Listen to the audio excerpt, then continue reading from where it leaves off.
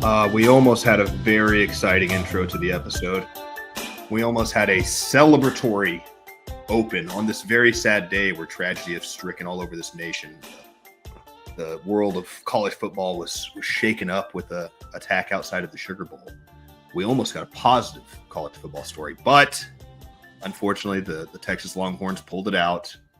We didn't get the amazing upset that I was hoping for the Sun Devils. I was quite distraught myself. Do you get as much of an emotional boost out of UT fucking up as I do? I do. And as a previous trader that saw the light and came over to the right side of history, I do really appreciate when Texas loses. And I was really hoping that the mid-tier upstart team from the Pac-12 that probably nobody's ever watched on national television their entire life would have taken down UT, but alas, it's a Big 12 team, sir, to correct you. Well, they used to be Pac-12. That's I guess that's what I was trying to get to. Like they were a mid-tier Pac-12 team that somehow won the Big 12, and it's been it's a tough day.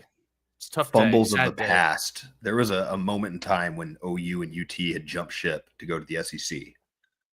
And a bunch of Big 12 schools, including our alma mater, put in their bid to be Pac-12 teams. And the Pac-12 not only said no, but they had a snarky remark about academic requirements and the integrity of the Pac-12 and then it was like 4 years later, the Big 12 swallowed the Pac-12. It just dissolved, because USC and UCLA and Oregon were like, we're going to go to the Big 10. Washington as well, but the big programs, everybody with money took off after they did that's maybe one of those. I mean, the Big 12, I guess, kind of saw that same thing with genuflecting to UT about everything they wanted, all the way to the horns down is a 15-yard penalty and gets your school fined, which I thought was, not to start off with terrible language to begin the podcast, but absolute cuck behavior by the rest of the Big 12. To let the richest frat boy on the block get mad at you for making fun of him, and you're just going to be like, all right, well, you got all the money, I guess. Well, we don't want you guys to leave with all of daddy's money. Yeah, for sure. His daddy's going to get mad at us if we don't give him this job. It's one of those things. Are we all just sick of UT getting every call in the world too? Like, how did they not get a targeting call right there at the end of the fourth quarter? It is. I know this isn't a college football podcast, but it is atrocious behavior. I didn't plan on making a college football podcast. No, that's fair. But it is sickening. I am so tired of UT getting all of the calls. I also think that I did see one thing that I really liked in college football this year, and it was during rivalry week when you had all of those fights at the end because the opposing team went and defiled the center. And I think that should be like a more common mandatory. Yeah. I think if you win, if you beat somebody in their own stadium, you should be able to defile their 50-yard line. And then the team that loses should also be able to try to defend their 50-yard line and fight you for it. That was going to be my next question, because I was shocked at the pearl grasping and the rattling Sabres. I can't believe that they had the gall to go start a fight after they lost a football game with it. And I don't know, man, when you're planting a flag on my school emblem, that feels, I kind of want my guys to go throw a punch out there a little bit. There's part of me that's like, go shove that guy who's trying to defile everything that you're playing for. For all intents and purposes, it is the equivalent of a foreign army laying claim to your capital, in geopolitical terms. And I think that for people that don't, right, we went to a big school. We grew up in Texas where football's king. For a lot of the country, I know that there's some people that, the bread and circus arguments, blah, blah, blah, but there is something very tribal about politics, more so, there's something tribal about college football, even more so than politics, because it's probably it's one of the only things that you can say, I am, right? Like you and I, we can say, we are Red Raiders because we are alumni of that school. You don't get to say, I'm a Charger, I'm a Dallas Cowboys. $50,000 piece of paper that says it in my closet. Absolutely right. And there is something that's very tribal about college football because of that, because it has like such deep rooted traditions, and it has this population that's invested in, I mean, like, so much of people's livelihoods and their life is wrapped up into where they went to school and the friendships and the connections that they made. And for those that didn't grow up in it or witness it, it does seem bizarre from the outside, but from the inside looking out, it's like, oh yeah, no, it's like, that's what I want to see. Like, I want to see fights on the 50-yard line, because also, like, these, like, they're 18, 19, 20-year-old boys. They've been amped up. They've been told, like, go rip the heads off of those other guys. And all of a sudden you're supposed to like show restraint because the game's over. Like, no way. You can't just like, you can't just turn that switch off. I'm all for it. I think there should be more fights on the 50-yard line. Yeah, it's I mean, this is the closest thing we have to like invading Games. foreign lands, on a shield and sword in hand. This is like barbaric stuff, and I think it expands past America. I mean, you can go to anywhere and look at the way they rep their football teams, or Like, looking at it's Calcio Astoria and Florence, Italy, and like you're not even allowed to play for a team if you're not born and live in the quadrant of the city, because that kind of is what it's supposed to represent. And even I used to be a big proponent of that too. Like, man, we should require guys to play sports in the state that they're like grew up in, kind of thing. Like, why are all these Texas players going to Washington to play football? That's crazy. It should be an example of Texas. And there was a lot of talk about the degradation of the sport because of that. And now we're all the way to this. It's pretty much semi-pro football now. We're paying them NIL money. You got to get them to come in. We don't even have a transfer portal. So it's like you can go play for that other team in 9 months. And it doesn't matter. Everybody still is completely tied into their home school, their little niche of this country, and how important it is, and how even a guy like Ryan Day at Ohio State has a record like 150-4. Like 7. Those four, and he's only ever lost to Michigan. And they're talking about getting rid of the guy. Like, they're so mad that their rival, the team that they hate the most, is beating them, that they don't even care that they're winning every other game. Every other game. It's funny. And I know that they're not 1-to-1, but so what was the big one? Was it Texas A&M and UT that had the fight, or was it the Michigan and Ohio? What was one of those big fights? But it is, I mean, to put, like, try to imagine, like, if you're an Ohio State fan, it is the same as like the Nazis putting up a flag in Paris. It's the exact same thing to them. Now, are they the same? No, they're not. But to those maybe people even worse, because those Nazis aren't nearly as smug as those Wolverines in Michigan, the sons of bitches. It's like for all intents and purposes, the capital has just fallen to the worst empire ever imagined when Michigan plants its flag. What do you think about this? You said this earlier of like the stealing the standard of the other team. And they do a lot of like trophy rivalries now. They're like, this is which I thought also hilariously, I learned recently, Michigan and Michigan State's rivalry game is known as the Egg Bowl, which I thought, my first thought was maybe it's just because they needed something they could spell down in Mississippi. You mean up in Michigan? No, this is, did I say Michigan? You said Michigan. Oh, okay. Excuse me. Mississippi and Mississippi State. Okay, gotcha. My apologies. Michigan was on the brain. What if we, though, required every college stadium to build maybe a golden relic of their mascot as a standard for your university, and in the same way that barbarians would take the golden eagles of the Romans when they defeated them? If you get beat in your home stadium by a team, they get to take your standard until you go take it back from their stadium. I like that. I think that's a nice little touch. I think that's a nice little touch. And for those that are on the football doesn't matter, it's bread and circus argument, the peasants, like, this is just one of the peasants have to have them. Like, if you don't give the peasants bread and circus, they burn down Rome. And for those who are saying, like, maybe I want to see Rome burn down, it's like, but do you? Because it's fun to think about living through like the fall of the empire and the starting the Great Republic, but it sucks to live through it. And I recently just finished re-binging Dan Carlin's Death Throes of the Republic, which is, I think that's like one of my favorite series of his, because that last episode he makes that shift from doing 1.5 hour podcast, and then you get like the 5.5 hour one, and he never looked back. From then on out, it was like you get 2 episodes a year and they're 6 hours each, And one of the things that's really interesting is at the end of it, he talks about how the contemporary writers of those that saw the Civil War of the Republic that manifested itself in the empire of Julius Caesar and then Augustus, the contemporary writers are stoked about the empire because the Republic had been so bloody. These are people that have lived through a civil war that killed half of Rome's population. And they look back and they're like, this is definitely an upgrade. And these are all of the reasons the Republic was not good. And everyone's like, oh, I can't believe that they would side with the evil empire. And they're just like, it's a lot better today, you know?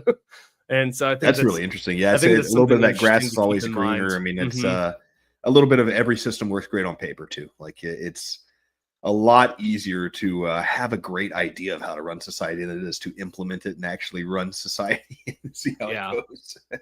They didn't seem to like that first emperor a whole lot. Well, I mean, it's like, I don't know, there's no good choices, you know what I mean? Pros and cons of each of them. And I was actually having a conversation with some friends the other night, and it made me rethink how I look at politics, because this is kind of one of the, like, I haven't talked to, you know, they're friends of mine, but I've never like sat down and talked politics with any of these people. And it was really interesting to hear the perspectives. And I came to the conclusion that we have to start talking about politics in a radically different way as a nation. And we've got to start talking about, it's not whether system A better than system B, or is it like, do we want Republicans in control of the House or not? Like, I think we have to reshift our focus and start talking about, like, okay, what is what do you want? Is it right? Do you want policy A? Do you want policy B? And how do you get it? And I think that we've got to start focusing on, like, what do you actually want? Because there were so many people in this conversation that it's like, okay, cool. Like, you can tell me all those things, but what do you want about it? Like, what do you want from this?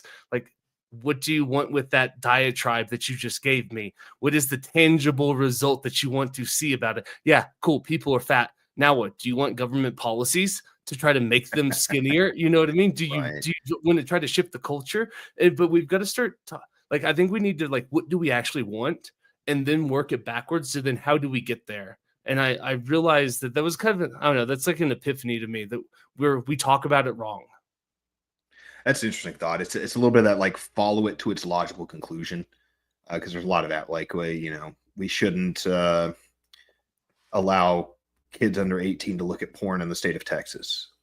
And then it's like, well, okay, so what does that require? You have to now have a surveillance system on the entire state, or require private businesses to be responsible for that themselves, who then, like, what is their actual desire to lessen their clientele, even if they are not of a legal age? So can you really trust them to do that?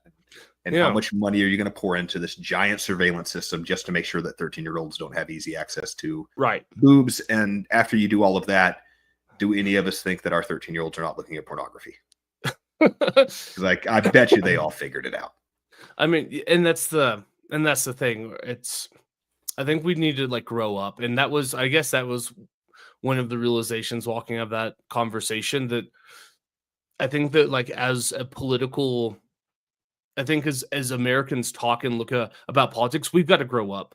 Like, it's still so very juvenile in the way that we think about it. It's like, oh, well, I just want this person because they said these things. And so, like, I think we need to start thinking very deeply about, like, what do you want your society to look like? And, to steal Dan Carlin saying, like, what are the proper carrots and sticks that you need in a society to get you to where you want to be? And so we can use the fat people as an example. It's like, okay, well, I don't like there being fat people. Okay, cool. So then now what? Do we, like, round them up and cull them? Do we have state-sponsored fitness programs? Are we okay with the state now stepping in and saying that this is the metric of health? Yeah, and I just think that we've got and at what level too do you think the state can actually control all of these factors? Right. Like, you can also pour all this money and time and effort into it and not have the desired result, or have a disparate result that you never saw coming that you don't like. Right. And I just, that was my big kind of epiphany moment the other night, where it's like, oh man, like, the way that we talk about politics in this country, it's like, no wonder our politics are such a shit show. Like, no wonder that it's because and and it was all like baby and bathwater stuff. It's well, oh well, I liked, like insert opinion. I like RFK because of this. And it's like, oh well, so now and then it was all of a sudden this radical conversation about it's like, oh, so now like it's bad that polio's eradicated. You know what I mean? It's Right. like, oh yeah, it's like I get that you're like skeptical about some certain things, but oh yeah, it's just like, why would anyone ever go to the doctor? Oh, that's a very interesting conclusion that you've got to. It's like, oh yeah, there's all these preventable diseases that people no longer die about. So yeah, you're right. RFK should probably be in charge, and we should probably just like go back to the Stone Age of, like, does she float? Then she's a witch. You know, you can poke fun at it all you want to, but there are, I mean, just get on Instagram, immeasurably more witches in this country than there used to be back in the good old day. We used to call that before it started, all this Wiccan crap. Yeah, and I think that there's something that, and we talk about a lot on this show, that that politics is downstream from culture, and I think that that's something that if I could wave a magic wand and actually have an effect on the populace in 2025, it would be to start thinking about what do you actually want your politics to look like, and then how do you shape your culture and society to actually funnel that to the result that you want, because politicians will do, you know what I mean? If enough people support it, politicians will do it. And I think it's a really interesting exercise, like a mind thought experiment about how would you try to, like, if you wanted X, then how would I try to organize society with the proper carrots and sticks to try to achieve that result? And then the next question is, am I willing to do those things to try to get said result? I don't know. I just think that we need to, I'm kind of tired of the elementary school. You know what I mean? It's very childish, right. the way that It's we very talk about politics. tribal. It's very finger pointing. Well, so as we're getting into this today, we're obviously we're almost 20 minutes in already before I really gave a proper introduction of what we're doing instead of talking about college football. But we're doing a loose episode today. We're just going to kind of talk some shit. We already did our end of the year like recap episode, so we're going to do a little bit of like projections into what we see 2024, 2025, whatever year this is, holding in store Year of for our us. Lord, 2025. Year of our Lord Christ. I might throw out some would you rathers at Matthew as we go along to break up the tension as we go. But is that by chance one of your first domestic predictions that we might see a better discourse here in America over the next year, that we might see with the lessening of Trump derangement syndrome and the seeming kind of cooling of temperatures, perhaps, that we'll see a better discourse and a better way to approach politics? If you're not watching the video podcast, Matthew was viciously shaking his head no right Nope. before I finished. I don't. I think that I think there are national discourse. This isn't actually one of my predictions, but now that you brought it up, I will make it. I think that Trump derangement syndrome will actually, I think the fever will come back, and it will come back in ways that were unanticipated as people just really can't just sit with it. I think that we're going to find as time goes on, right? Because I think that I think we're experiencing like the cycle of death. And at first you have like shock and grief, and then there's going to be, and so like we're experiencing those. But as Trump takes office and you start to see like cabinet positions be filled, you start to see like 6 months of Trump policies start to get enacted. I think you're going to have that's going to be like the bargaining part of it, where I was about to say I pulled up the 5 steps of grieving. So it's denial, anger. Yep, Trump didn't win. Bargaining's next. Are we in the bargaining stage yet? So I think so. I think that I guess I have this wrong in the steps of it, because I think that you're going to see anger come. I think anger is going to come later. Like you have the denial, then you're going to have the bargaining of like through his first 6 months, and then you're going to see like an anger that is just so like, look what you've done to our country, you magtards. And and I think I guess that's fair, because the 5th step in grieving is acceptance. I don't know if we're that's not happening for acceptance. No, we will never accept it. It's not my president. I want to see that birth certificate.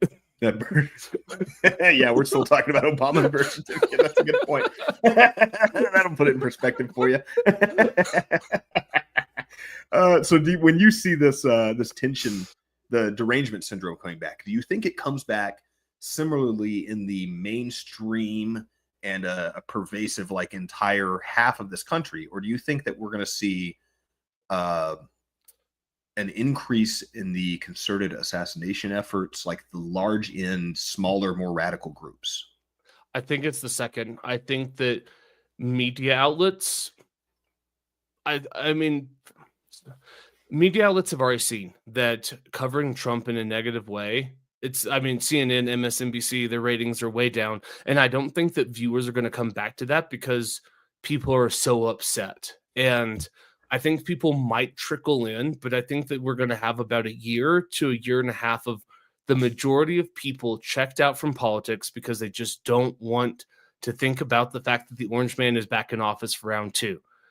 And I think because of that, you won't have the mainstream like CNN, MSNBC kind of pushing the narrative. I think it's just going to be a lot of grassroots, just anger, and it's going to fester up and boil up in ways I'm not quite sure. That is actually one of my predictions, is that we will see 3 credible attempts on Trump's life in 2025. In 2025 alone. Okay. That's Mhm. interesting. I guess you hadn't looked into it because you hadn't even heard of it as of when we hopped on here, but there was a Tesla truck exploded in front of Trump's hotel in Las Vegas this morning, where he allegedly was. It sounded like it was not the most, whatever a bomb expert's called person, because it was like, it's written off as like gasoline and fireworks. So I don't know that it was the most It's maybe not not a Timothy state-funded McVeigh. assassination, Yeah, it was no Timothy McVeigh. But they made a big fireball that hurt a couple people, and it sounds like it killed at least one person that was involved in orchestrating the attack. I guess we probably, I mean, I don't even know if we're calling that an assassination attempt yet. I saw several right-wingers call it out as an assassination attempt, but there's about 3 different assassination attempts, quotation marks, that took place after the actual one, that were a little like, I don't know if that one was really like the guy in the bushes at the golf course. That feels like an assassination attempt. Right. But there were several other like little weird things I've seen pop up that never made the news cycle that were more like clickbait on the right, I guess is probably the best way. Yeah. So I don't know if we can count this one. So let's just say for shits and giggles, we won't. But I think that we're gonna see like 3 real credible attempts at his life. Now, whether they actually like get to pull a shot off, whether the whatever, you know what I mean? I don't know to that extent where it like if there will be like a successful attempt in terms of like trying to pull it off, like you have the opportunity. But I think that there will be like 3 real like plots or attempts that probably get foiled, because the Secret Service is a very, it's a very large apparatus. um Maybe Do not. you Maybe think some. I we don't see the first one on the 20th on Inauguration Day? know. Ooh, interesting. No, I don't think so. Too big of an event. I think it's too big an event. It's too public of a spotlight. I don't know. I'm sure that there are sophisticated groups out there that wouldn't even know who they are, right? By that may be able to try, but it's like it's too public. It's too, you know what I mean? Out of all of the times, like, yeah, it's a good message to send if that's what you want to do, but That's fair. it's the, you know what I mean? Like it's probably the hardest time to try to get Yeah. him if you're ever gonna try. So it's like, if you're sophisticated enough to like pull that off, then I don't know, just wait till he goes to Philadelphia for some random like baseball game or something. You know what I mean? Right. Like he throws the Wait till first he's pitch at throwing the first something. pitch. Yeah.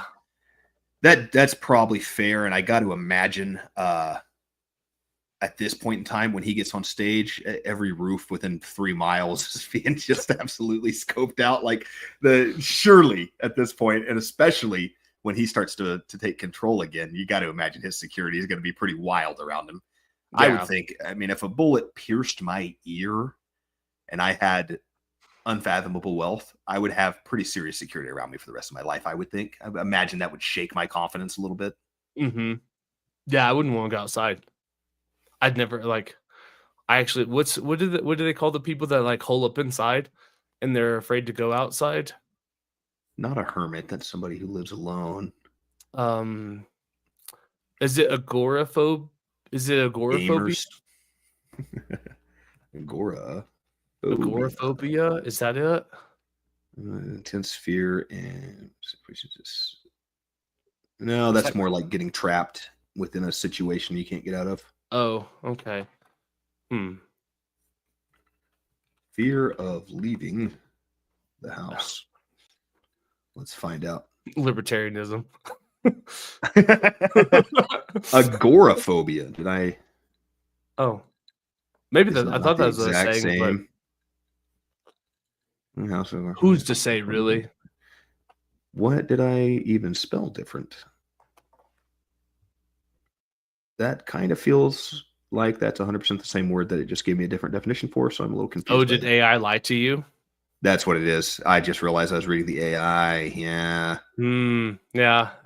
Okay. God damn it, AI. There is something about that where I'm sure that down the road, Skynet's going to be like a very real possibility. But right now, like AI like lies to you about some pretty stupid things. Or I saw one where it was somebody typed in, what is a larger number, 9.9 or 9.11? And it was like thinking for 270 or like 230 something minutes, and then it finally gave the answer. And it's like, all right, well, I think we've still got some time. It's not coming for us this year.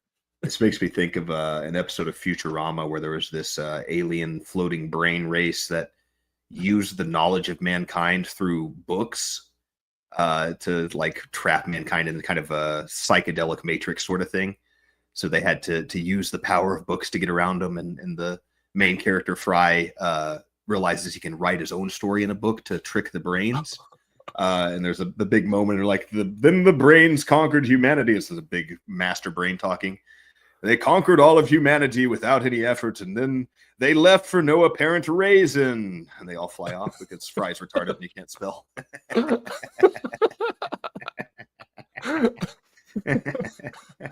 Might be my favorite line of Futurama. That's a pretty good one.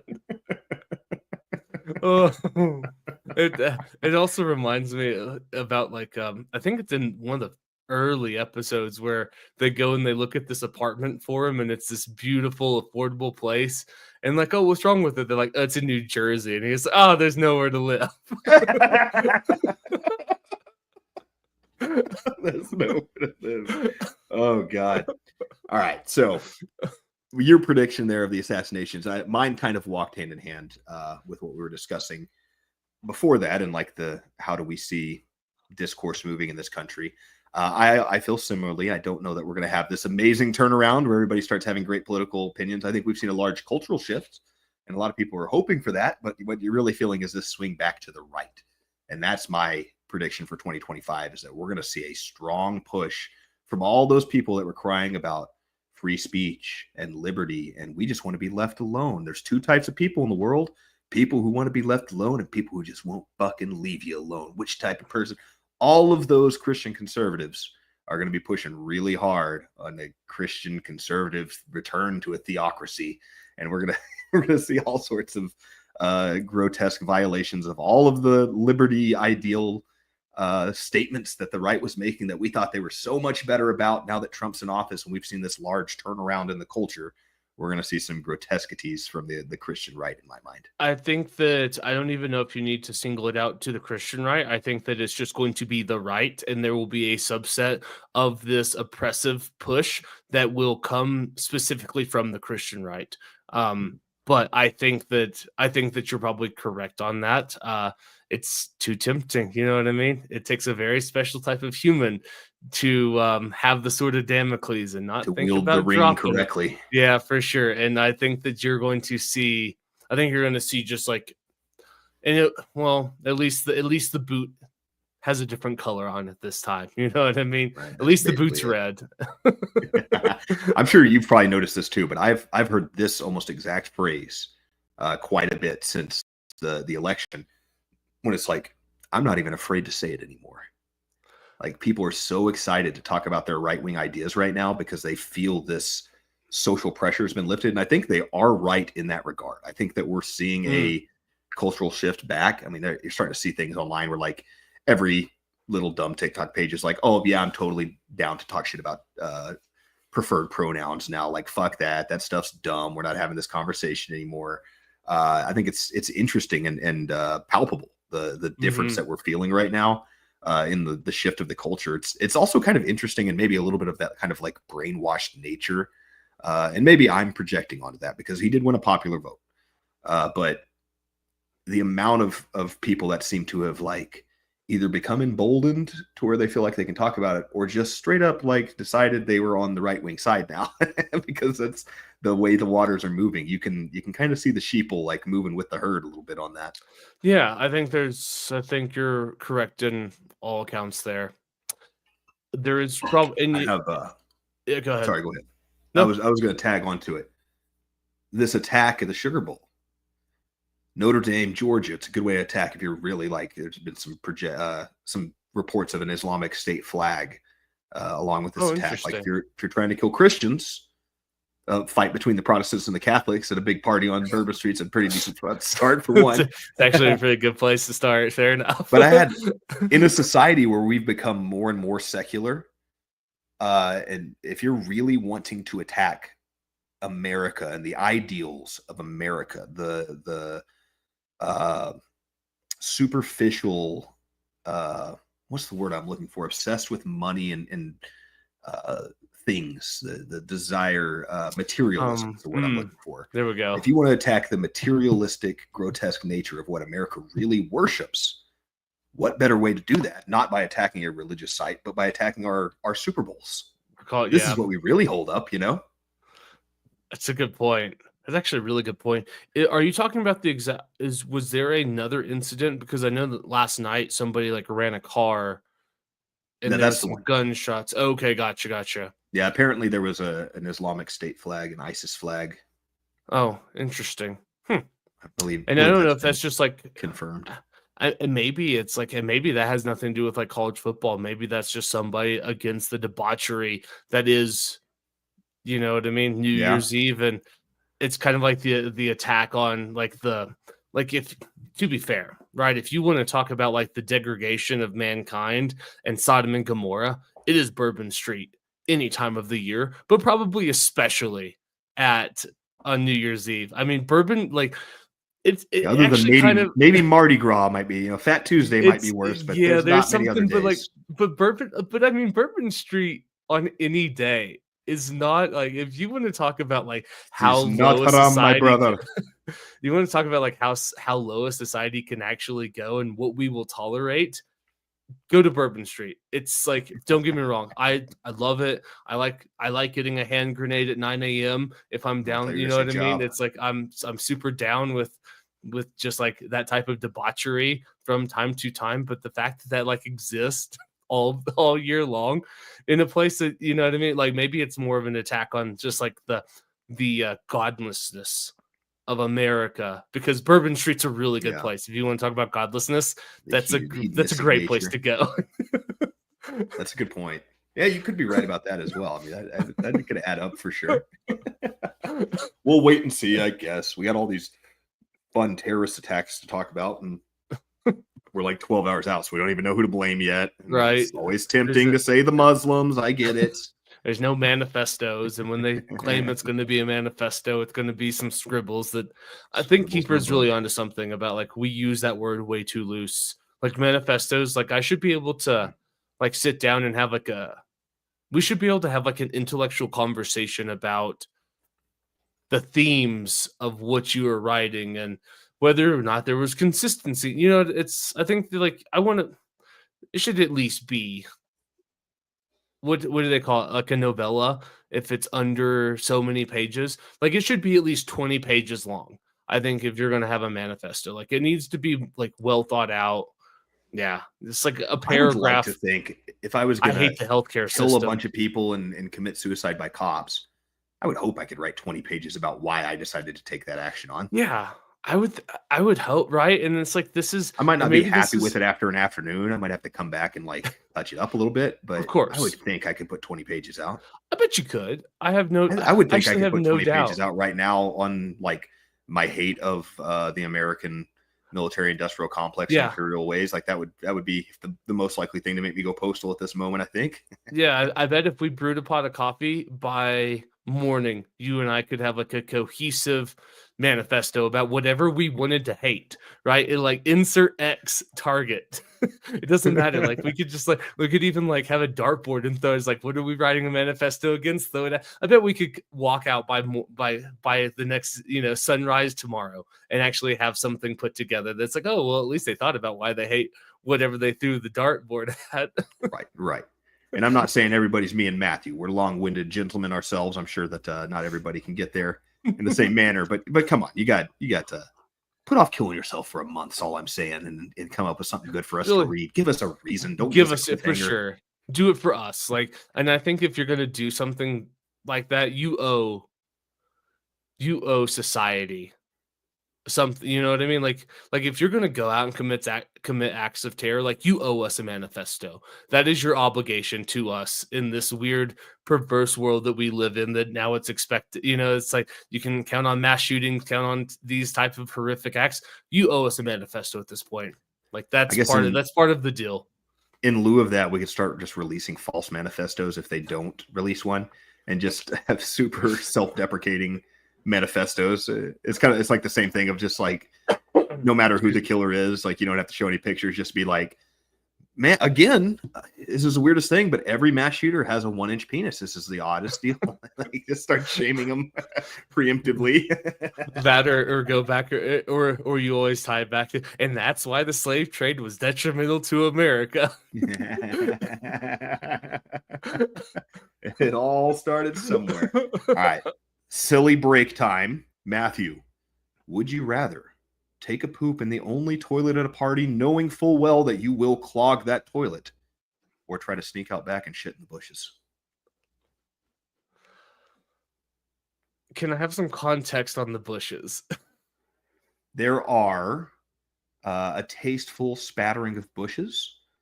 It's about 4 bushes. They do frame the back fence, the back gate rather, and the bushes are about 3 foot tall by 2 foot wide apiece. Okay, does it provide me complete? They're very well landscaped on the bottom specifically, so there's a good foot that you can definitely see underneath the tree. Okay, and am I in a densely? Is this like the suburbs where there's a lot of other houses, you know what I mean? Or am I in like an area where it's like I might be able to like play it off like, oh man, that was a big dog that rolled through here. You're definitely in the suburbs. It is low visibility from the neighbor's house, but there's definitely one kitchen window you can see directly into. How many people were at the party? There are 40 people at this party. There's only 10 of them in the backyard, and they're all smoking pot, so they're pretty high and distracted.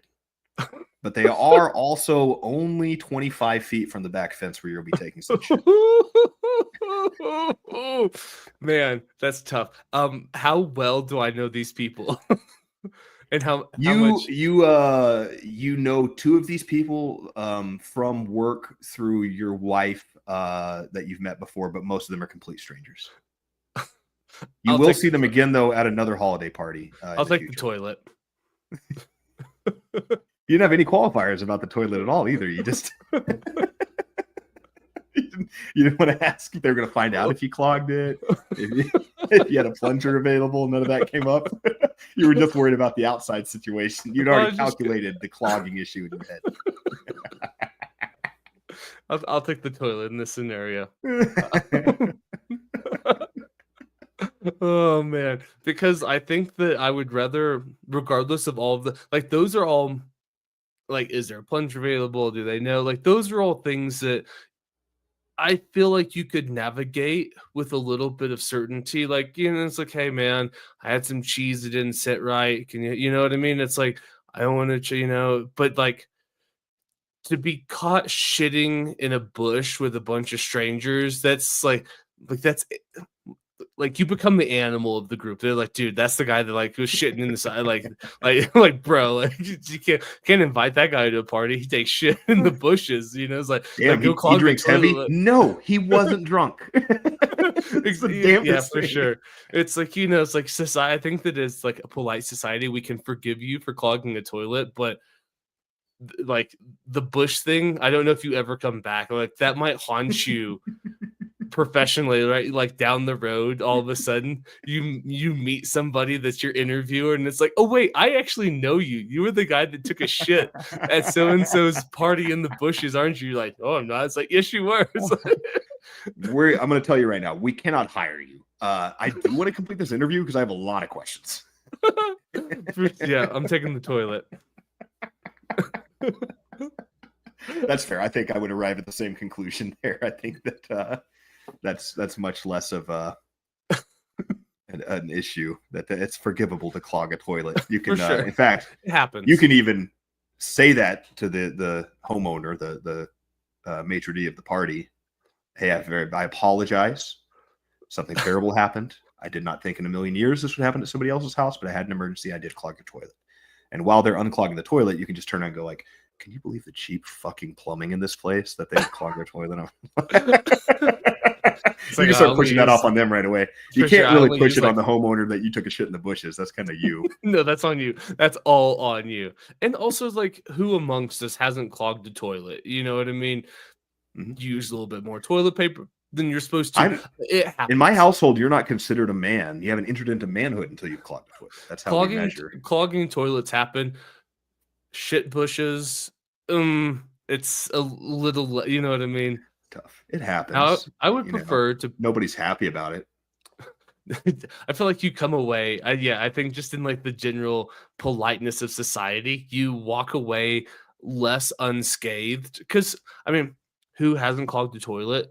But there's not a lot of people that like took a shit in a bush with 10 other people 25 feet outside. Because it's like, that's not a quiet poop, most likely. Like if you're reduced to having to poop outside in the bush, like that's not a pleasant scenario. That's unplanned. That's not like you're in no control. And so I'm sure that that's taking the toilet.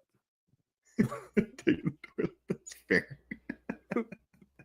All right. That was a fun tangent. Let's get back to our predictions here. You want to pitch out? I guess actually you pitched the first one. I kind of pitched the second one, even though I was gearing mine up and you just stole my thunder for me. But perhaps it's international prediction time. I want to start with I think 2025. We're going to see quite a bit of maybe not even intentional, but disclosure nonetheless of advanced drone technology coming out. Oh, interesting.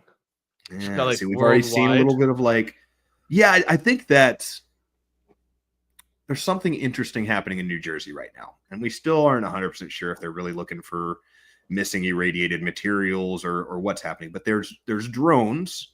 They're much larger than we're used to seeing over American soil that we don't recognize that are interesting. There's also been a large uptick in one rebranding, but also just recognizing UFOs. It's now UAPs. Have you caught on to this? That it's unidentified. I've heard both unidentified aerial phenomenon and unidentified anomalous phenomenon. Yeah. Anomalous, I believe. But yeah.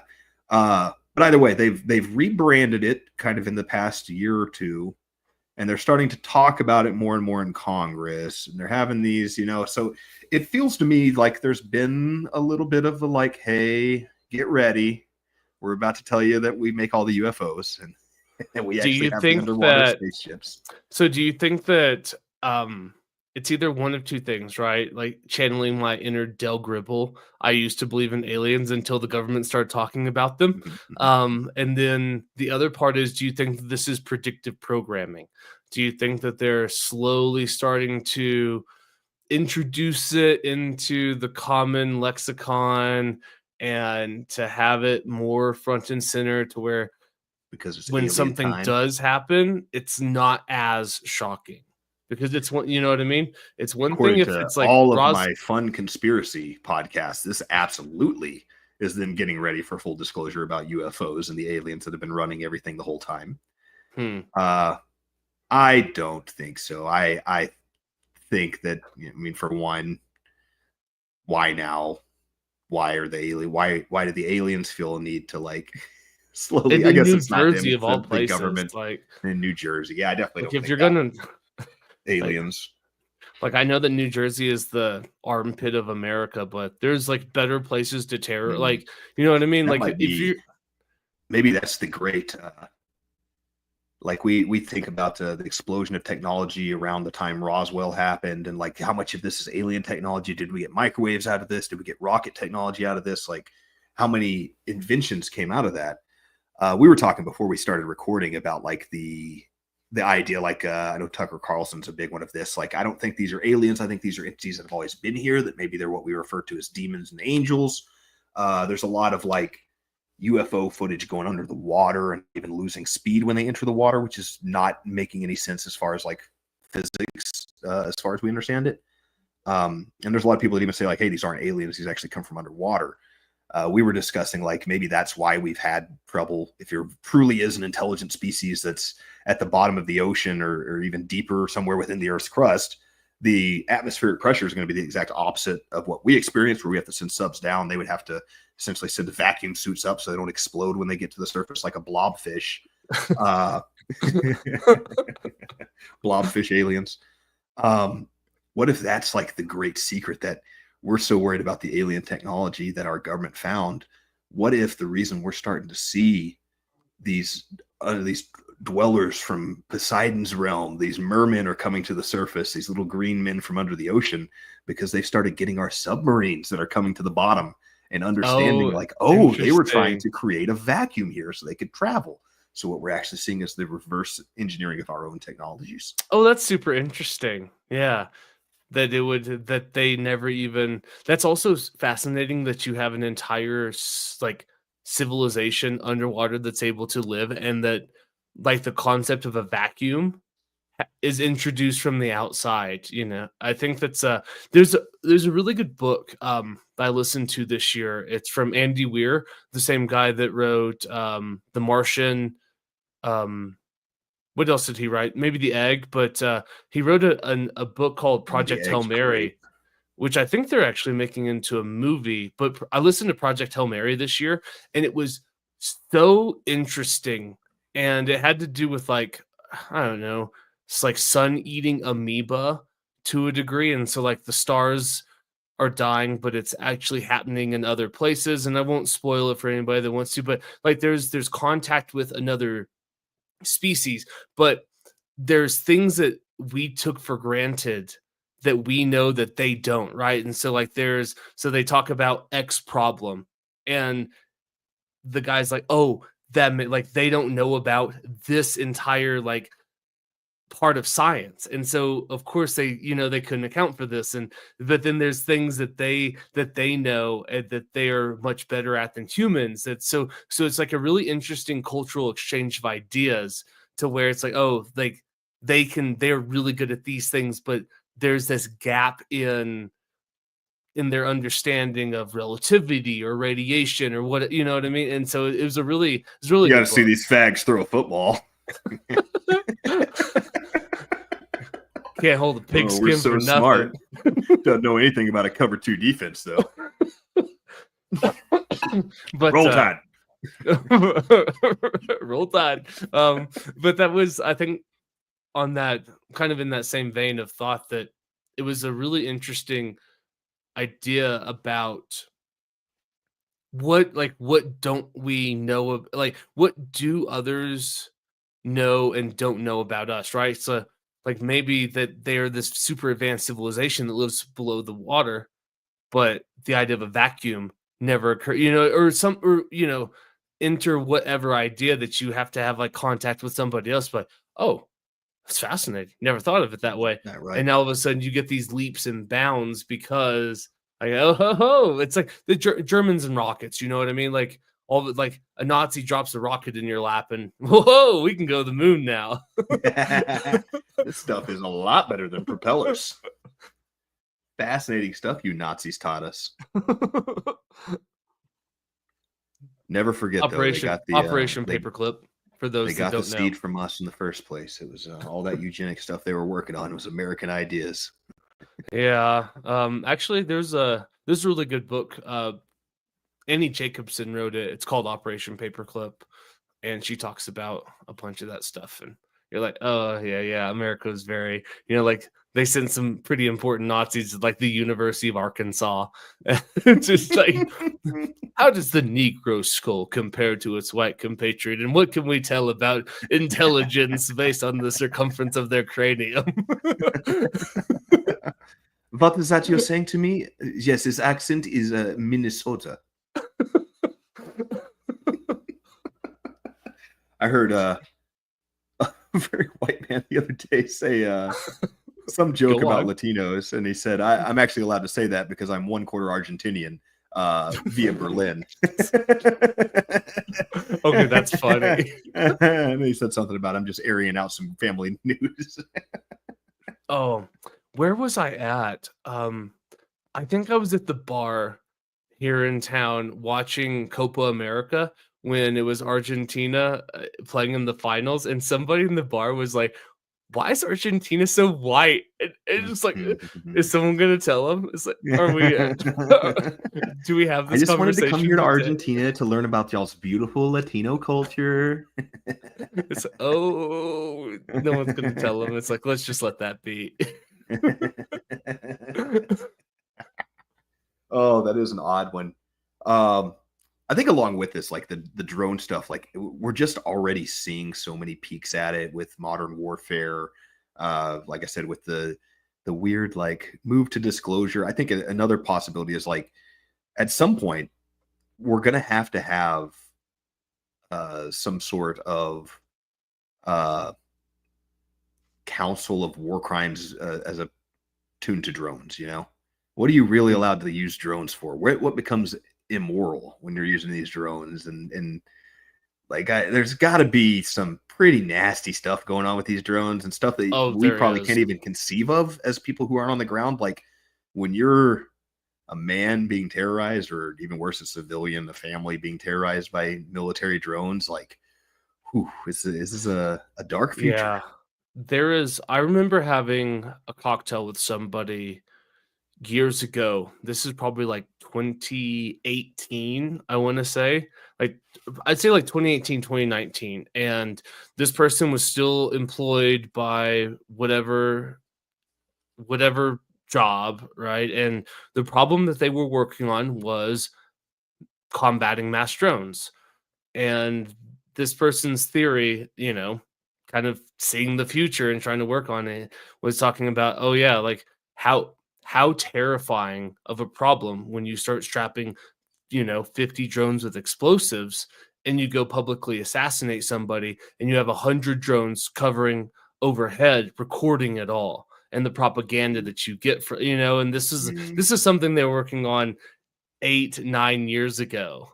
And fast forward to today, now it's like you've and that was one of those like subreddits that I had to unsubscribe from, because I think it was like one morning I'd like subscribed to like Russian war footage and then Ukrainian combat, or whatever those subreddits were, and I opened up Reddit one morning and the first thing I saw was some dude getting like killed by a drone, and you watched his like agonizing last, and it's like, well, that's my day's ruined.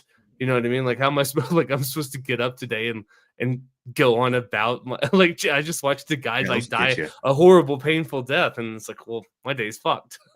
And the so one that's always still in my head in that vein is there's, I think it's a university, and there's a bus taking a right turn, and there is a light pole and then a park bench, and about 5 people run around the park bench, and one young girl decides to cut between the bus and the pole and gets pinned with like an arm and a head on one side and her body on the other, and everybody screams at the bus driver to stop, and he lets off the brake, I assume, and kind of lurches forward, and her head just falls off. Oh, and I saw that at like 6 a.m. on the toilet, and it was just like, oh, so that's going to change my day a lot.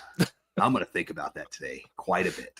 Yeah, I'm going to talk to several people unprompted about this that don't want to hear about it. Yeah, I feel you deeply. I used to like those, like There's yeah, those videos are rough, and I don't know why. It's one of those things like I was interested, and it's like I'm not trying to be like morbid or like glorify, it's like there's no weird, it's just like I'm just curious, like modern combat, what's going on? And then now that there's actual photo, you know what I mean? There's like GoPro videos of all of it. You're just like, oh, that's horrible. I don't need to see that. This is What obviously death is tough. What gets you? What makes you cringe? Not like in the vein of like cringeworthy content, but like literal cringe, like, oh my God, I can't believe I just looked at that. For me, it's like any leg injury for some reason. I can watch guys break their arm skateboarding all day, and it's like, oh, that's gross. the legs But are when I see a guy blow his knee out, oh, it has a visceral reaction in my stomach I can't stand. yeah. I think it's the sounds. Mm. The sounds are the thing that like really like it's like you hear like somebody's like agonal breathing as they gasp for air and their lungs fill up with blood, and you can hear, you know what I mean, like you can hear the fluid suffocating them as they lay there, and the camera just like is still, but you just hear like this it's like it's the Last breaths. sounds that get me. It's like, oh, that's yeah, it's visceral for Yikes. me. That's weird. I wonder, maybe some of that too is like an evolutionary thing. Like we don't really know what to do from an evolutionary perspective about a gunshot. This like projectile moving through the air at hundreds of thousands of miles an hour and blowing somebody's brains out. So when I see somebody get shot, I'm just like, oh, that's crazy. But when I see a leg get broken, there's a very visceral, like natural thing where millions of years of evolution's informing that, like, ooh, Oh, that people kills die when people. that happens. Yeah, that's the end of Like, people right there. oh, he's dead. You can't hunt anymore if that happens. That's bad news. Yeah. I don't know. There's something. mm, There's I on this in the same vein of this conversation, in that Death Throes of the Republic series, Dan Carlin talks about how hard it is for most people to imagine these act like the extremes of human civilization. And he opens an episode where, and now it's like Dan Carlin will do a much better job of explaining it, but he talks about being able to picture what it would be like to be one of the 6,000 slaves that's been crucified at the end of the slave rebellion, where you look to your left and you see these, Romans pounding a spike through your wrist, and the feeling, and then you look to the right and you see a line of other people being strung up, and and it was this, and I think it is something that most people, I think that we're incapable of it, and it's probably for the better that we are incapable of it. But then again, I think that it's a double-edged sword. So let me expand on that, because for one thing, it's probably good that we can't, but it's also probably a downfall because we can't, because now we're willing to like subject other humans to it, because we don't have the empathy, we don't have the, I don't know, that visceral reaction of what it means to, I don't know, go deploy 30,000 troops in an area, and 30 of them are going to get their legs blown off, and 14 of them are going to lose arms, and 79 of them are going to get shot, you know what I mean? And because we don't have that empathy and the ability to visualize like the suffering that comes with it, I don't know, it's a very weird thing. It's very weird. I can tell you, I don't like watching people get blown up at 6 a.m. though. It definitely changes the way my brain works the rest of the day. Hey, that's a pretty good would you rather right there. Would you rather be the first slave on the cross or the 6,000th slave on the cross? Oh, dude, give me number one. Don't make me like that was, and I That's know an they're easy not one. I know they're not 1-to-1s, but I hated running the anchor. Like I hated running the anchor of the mile relay, because it's the last race. You know what I mean? It's the last leg of the last race, and all I have all day is to think about knowing that I've got to run this, and it's like, and it just It's lingers, 400. and it lingers, and there's nothing I could ever do to get it out of my mind. There's like that 400's coming, and every event like gets you closer and closer and As closer. the only black man in our high school, did they even make y'all run to see who the anchor was, or did they just assume it was you for every race? They I think it was just. I'm sure they made assumed. you run. I'm being. I think it was just assumed. You went the other way. I assumed I was being facetious. To be fair, actually, I did get to. They did let me. I did get to run second leg, my senior year because I don't know. There's all like sorts of strategy about like where do you put people, but and I like second leg way better than anchor because that's the word like. And so yeah, give me number one on the cross, bro, because I'm dead way before they get to like number 1,000. Like I'm out. I've died from the elements. Maybe hopefully it's like I have like something nice on my wrist that I can bribe some Roman soldier, be like, yo, bro, if you'll just stab me in the gut and kill me, like you can Give me a have this quick one. gold. You know what I mean? It's like on my Yeah. family's. It's like if you kill me quickly, my family will give you like 30 pieces of silver. That's probably better. I could very easily see the response being like, "You don't think I'm taking the watch off, you stupid?" I don't want to be number As soon as we 6,000. nail the right hand down and you can't fight me for the left hand, I'm taking the watch. I'm taking the silver off you. Oh We're not gonna let your slave blood get on this nice piece of jewelry. God, no! How'd you even get that? You stole it. Give that You back. must have stolen it. Didn't realize we were hanging Jewish slaves today. That was over the line. Thieving slaves. All right, give me your first international prediction for the year. My first international prediction for the year is that there will be no resolution in Ukraine, and that we will see the conflict actually escalate against Ukraine because Trump will slow weapons. He will not be able to broker a successful peace, and we will see a large Russian push and an escalation in 2025. I do not think peace is coming this year. Interesting. That's actually interesting because I have the exact opposite down as one of my predictions. I think that we will see a resolution to this. I think that there's just enough will on the Russian side, honestly, to get this over with. I also think that it's going to end up. I mean, we called the ending to this on a podcast a long time ago. Years ago. It's going to be exactly what we said on that episode. It's going to be the Donbass is going to become some kind of demilitarized, disputed land at best, if not straight up Russian. Russia will not give up any of their defensible positions, like in Crimea or in the mountain range over there. I forgot the name of the mountain range. And ostensibly, we're going to get exactly the deal that Boris got sent over there from the UK at behest of the United States government to squash. Yeah. But what makes you think? What do you think the writing on the wall is that this is going to be?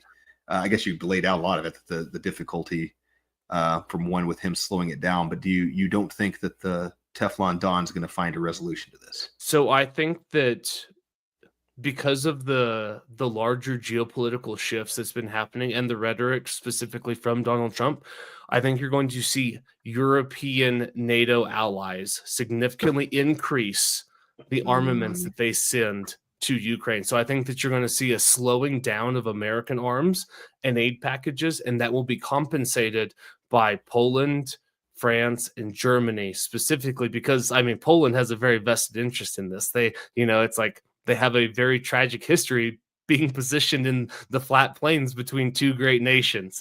and it's just like geography's a bitch, and it sucks to be the flat plains between two great nations. It's honestly kind of impressive they're still Poland. They come and go. You know what I mean? That's fair too.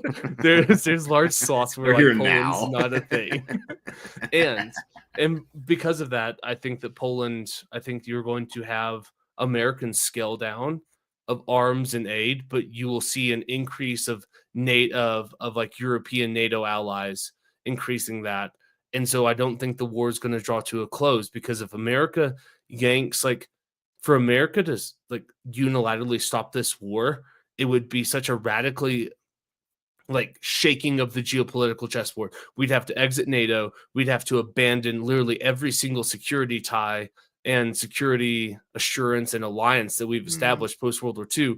And I don't think that Donald Trump is capable of that much chaos. You know what I mean? He's an agent of chaos, but he's not that chaotic.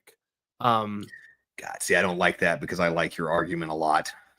You're probably right. I didn't really think about the perspective very much about the will of NATO to continue this war. So you might be right on that one. Damn. I don't like that. That made me take a big black pill just now. I'm sorry, man. I'm not trying. I'm not I trying to. look forward to less of our tax dollars potentially going to Ukraine. I guess that will just segue straight into my next prediction, which is already a little bit more negative. I predict that we're going to find a way to find troops on the ground in the Middle East once again. We're going to start escalating again at the behest of Israel.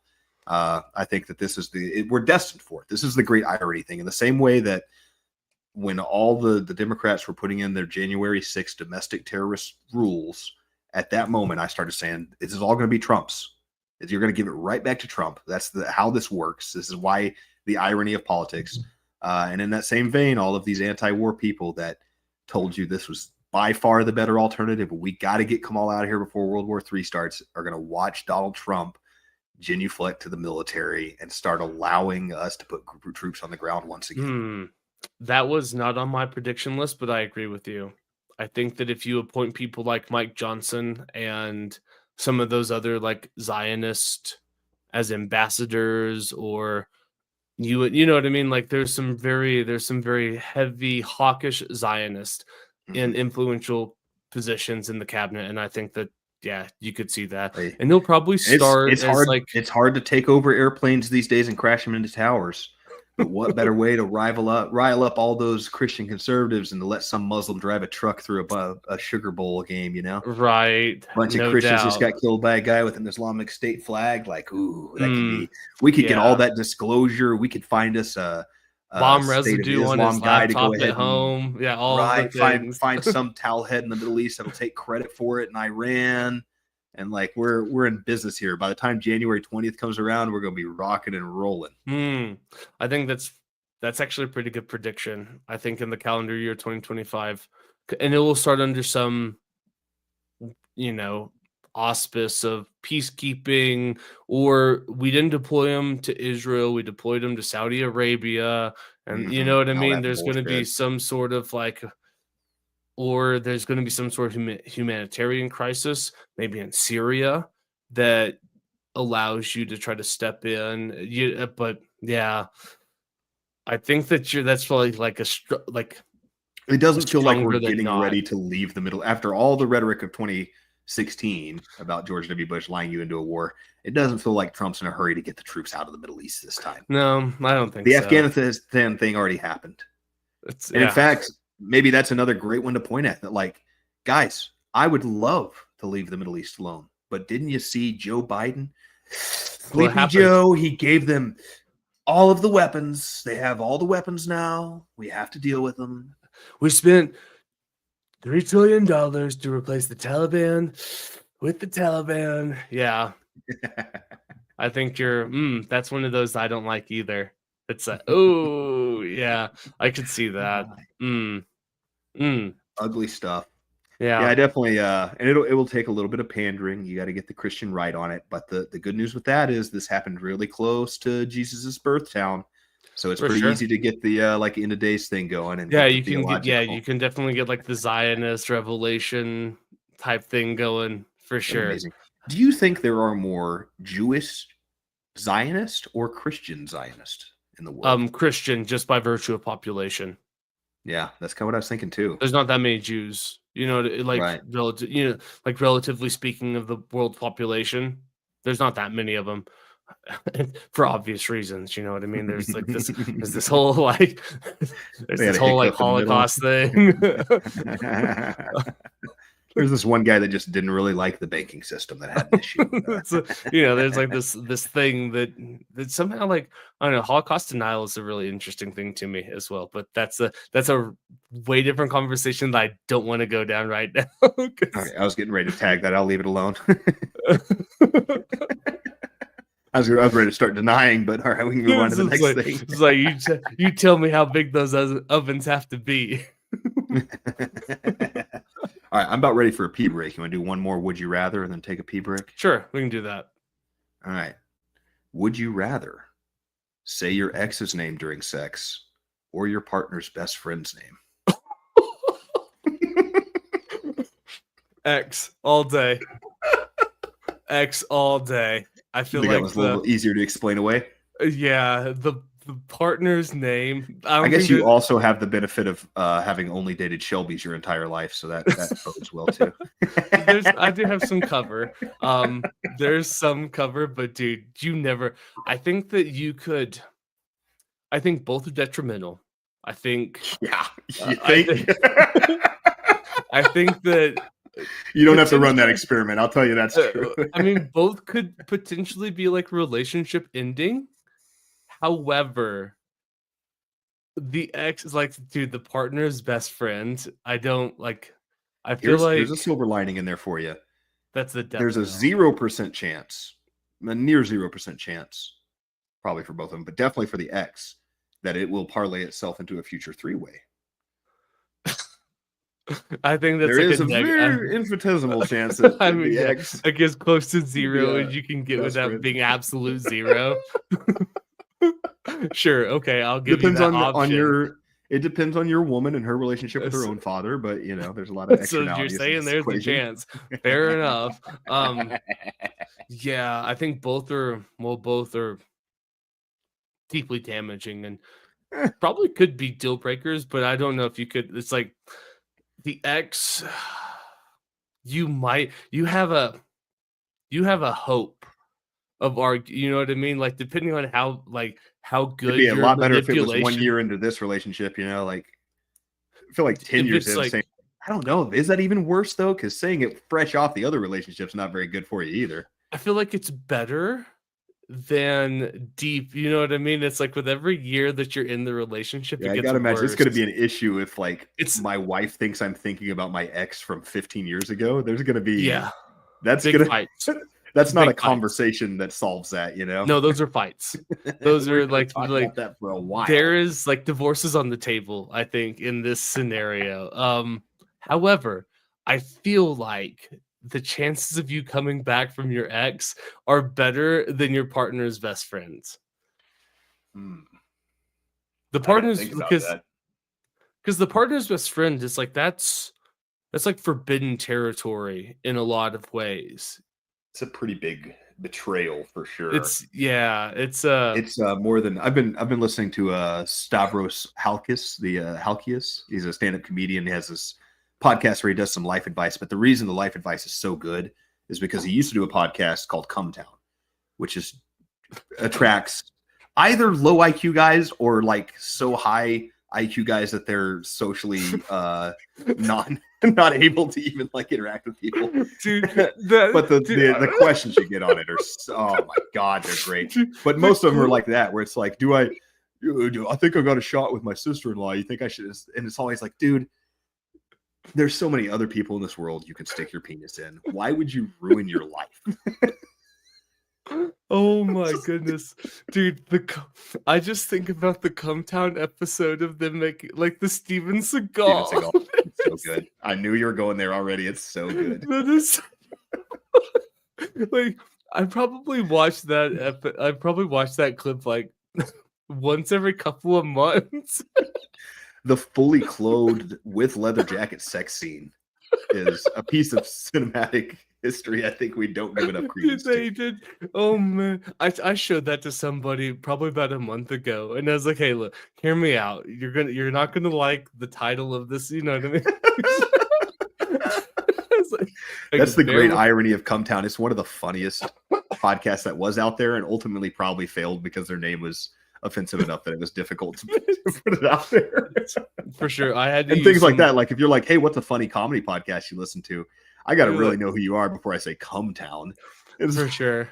And this is somebody that I've known. I got to think about it before I say Legion of Skanks, just because of the content on the show. The name's not even that bad. Like, who's the most justified?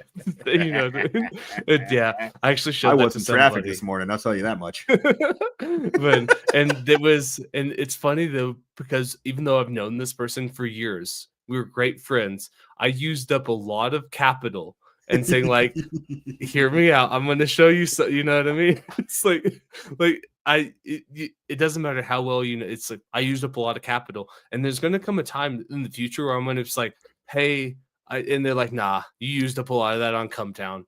It's like, yeah, there's definitely a very like small Venn diagram of people that would have more respect for me if they found out I was listening to Come Down.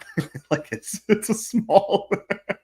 So it's not I can everybody. let me paint you a picture of the person that fits in that Venn diagram. All And I right. can tell you because I've met this person. I met this person at municipal league. So like every year when I was on council up here, everybody gets together in Santa Fe, and really it's just an excuse for public officials to get drunk. Let me be the first to tell you that.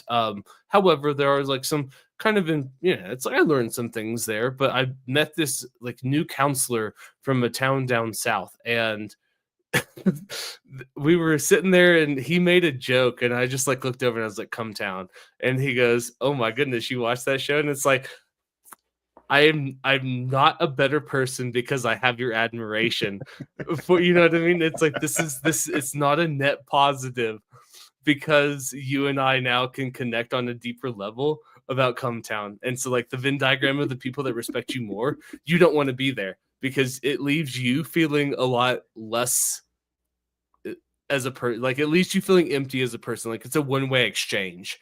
It's a positive for the person that like admires you more, but you feel a lot less as a It's human. It's like, like, this and I person's don't know if seen me and I'm not proud of it. I don't know if everybody has this one in them, but I've always had that with, and it's not even that I'm like a prude about it or that I'm looking for a pure virgin woman by any means. But there is something about like certain women I've been talking to or dating in the past and then found out the guy they slept with before me and been like, oh, you're actually disqualified if that's the level of guy you're Totally allowing. fair. Totally fair. I actually decided Agreed. I'm too good for you when I found out who you were having Agreed. sex with. I think that, and it's probably more prevalent in a small town, but there's definitely ran into that a lot where it's just like, nope, can't, won't, doesn't matter. Pick whichever one like helps you sleep at night. But I I, know I know who I will not it's come like, in second place to that person. I will not be Eskimo brothers with that human being. I will not. Oh. It's like I might not have a lot of I might not have like a lot of self-respect, but it is not zero, okay? And I will be able to go to Did bed with my head held high. Are you familiar with the Menendez brother story? I am not. No? Okay, well, Mm-mm. that's gonna take a lot of heat off the joke. They were the two brothers that killed their parents and then went to I think a Knicks game and like got on Oh, national television before they found out they had killed both their parents. And then it turned out I guess the father was molesting them the whole time growing up, and the mother was aware of it and not doing anything about it, which is why she got the 12 gauge treatment as well. But the funny joke that's not going to hit nearly as hard now was, does that make them Eskimo brothers as well?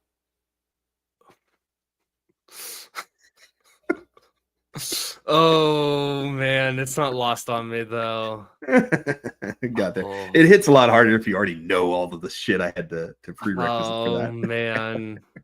Well, on that note, what do On we that what note, do, let's go touch our penises and take a pee. have we landed on feeding the ducks? Is that our pause music? I like feeding the ducks.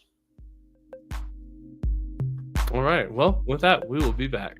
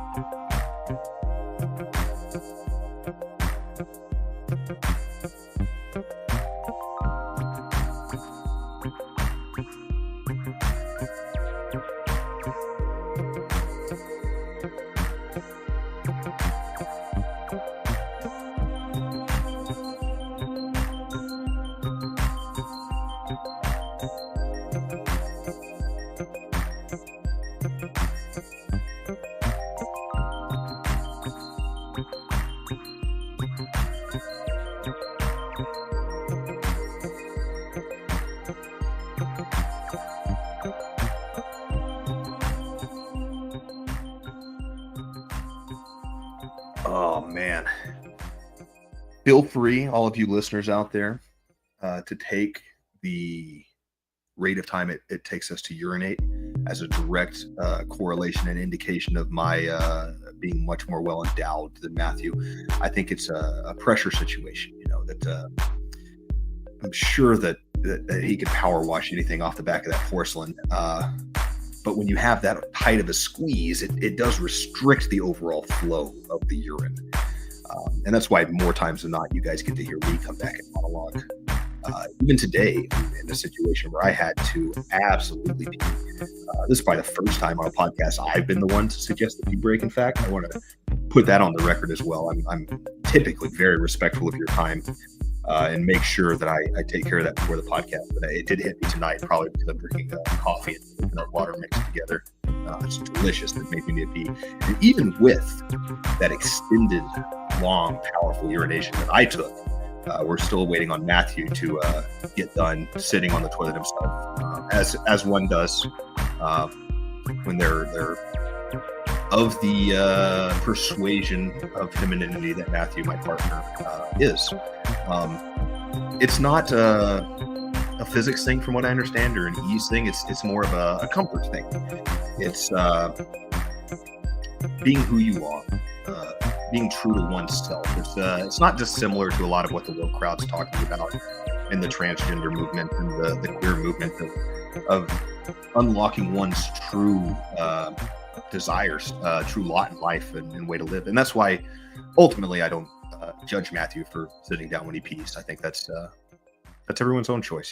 The whole libertarian thing is live and let live, and If Matthew wants to sit down when he takes feminine urinations, then I don't know. I guess it's just not something that ruffles my feathers personally. So feel free to write in. Let us know if that bugs you with Matthew and you don't love that, sits down when he pees. It is what it is. I think, while we got a little more time here waiting on Matthew, I want to address today, at the risk of losing all of the hard-earned listeners in the Austin area, all you UT Longhorn fans out there. I find it annoying, frankly, the level of what's the word I'm looking for? You're stuck up. You think too highly of yourselves. You're pretentious. Even today, the discourse, while Arizona State, who essentially has one offensive player in Cam Scadaboo, tremendous football name, by the way, Cam Scadaboo. I am obsessed with good football names, and that's one of the top tier ones, Cam Scadaboo.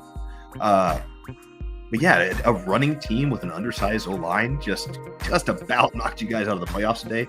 And the discourse I heard the entire time is ostensibly all I ever hear from UT fans.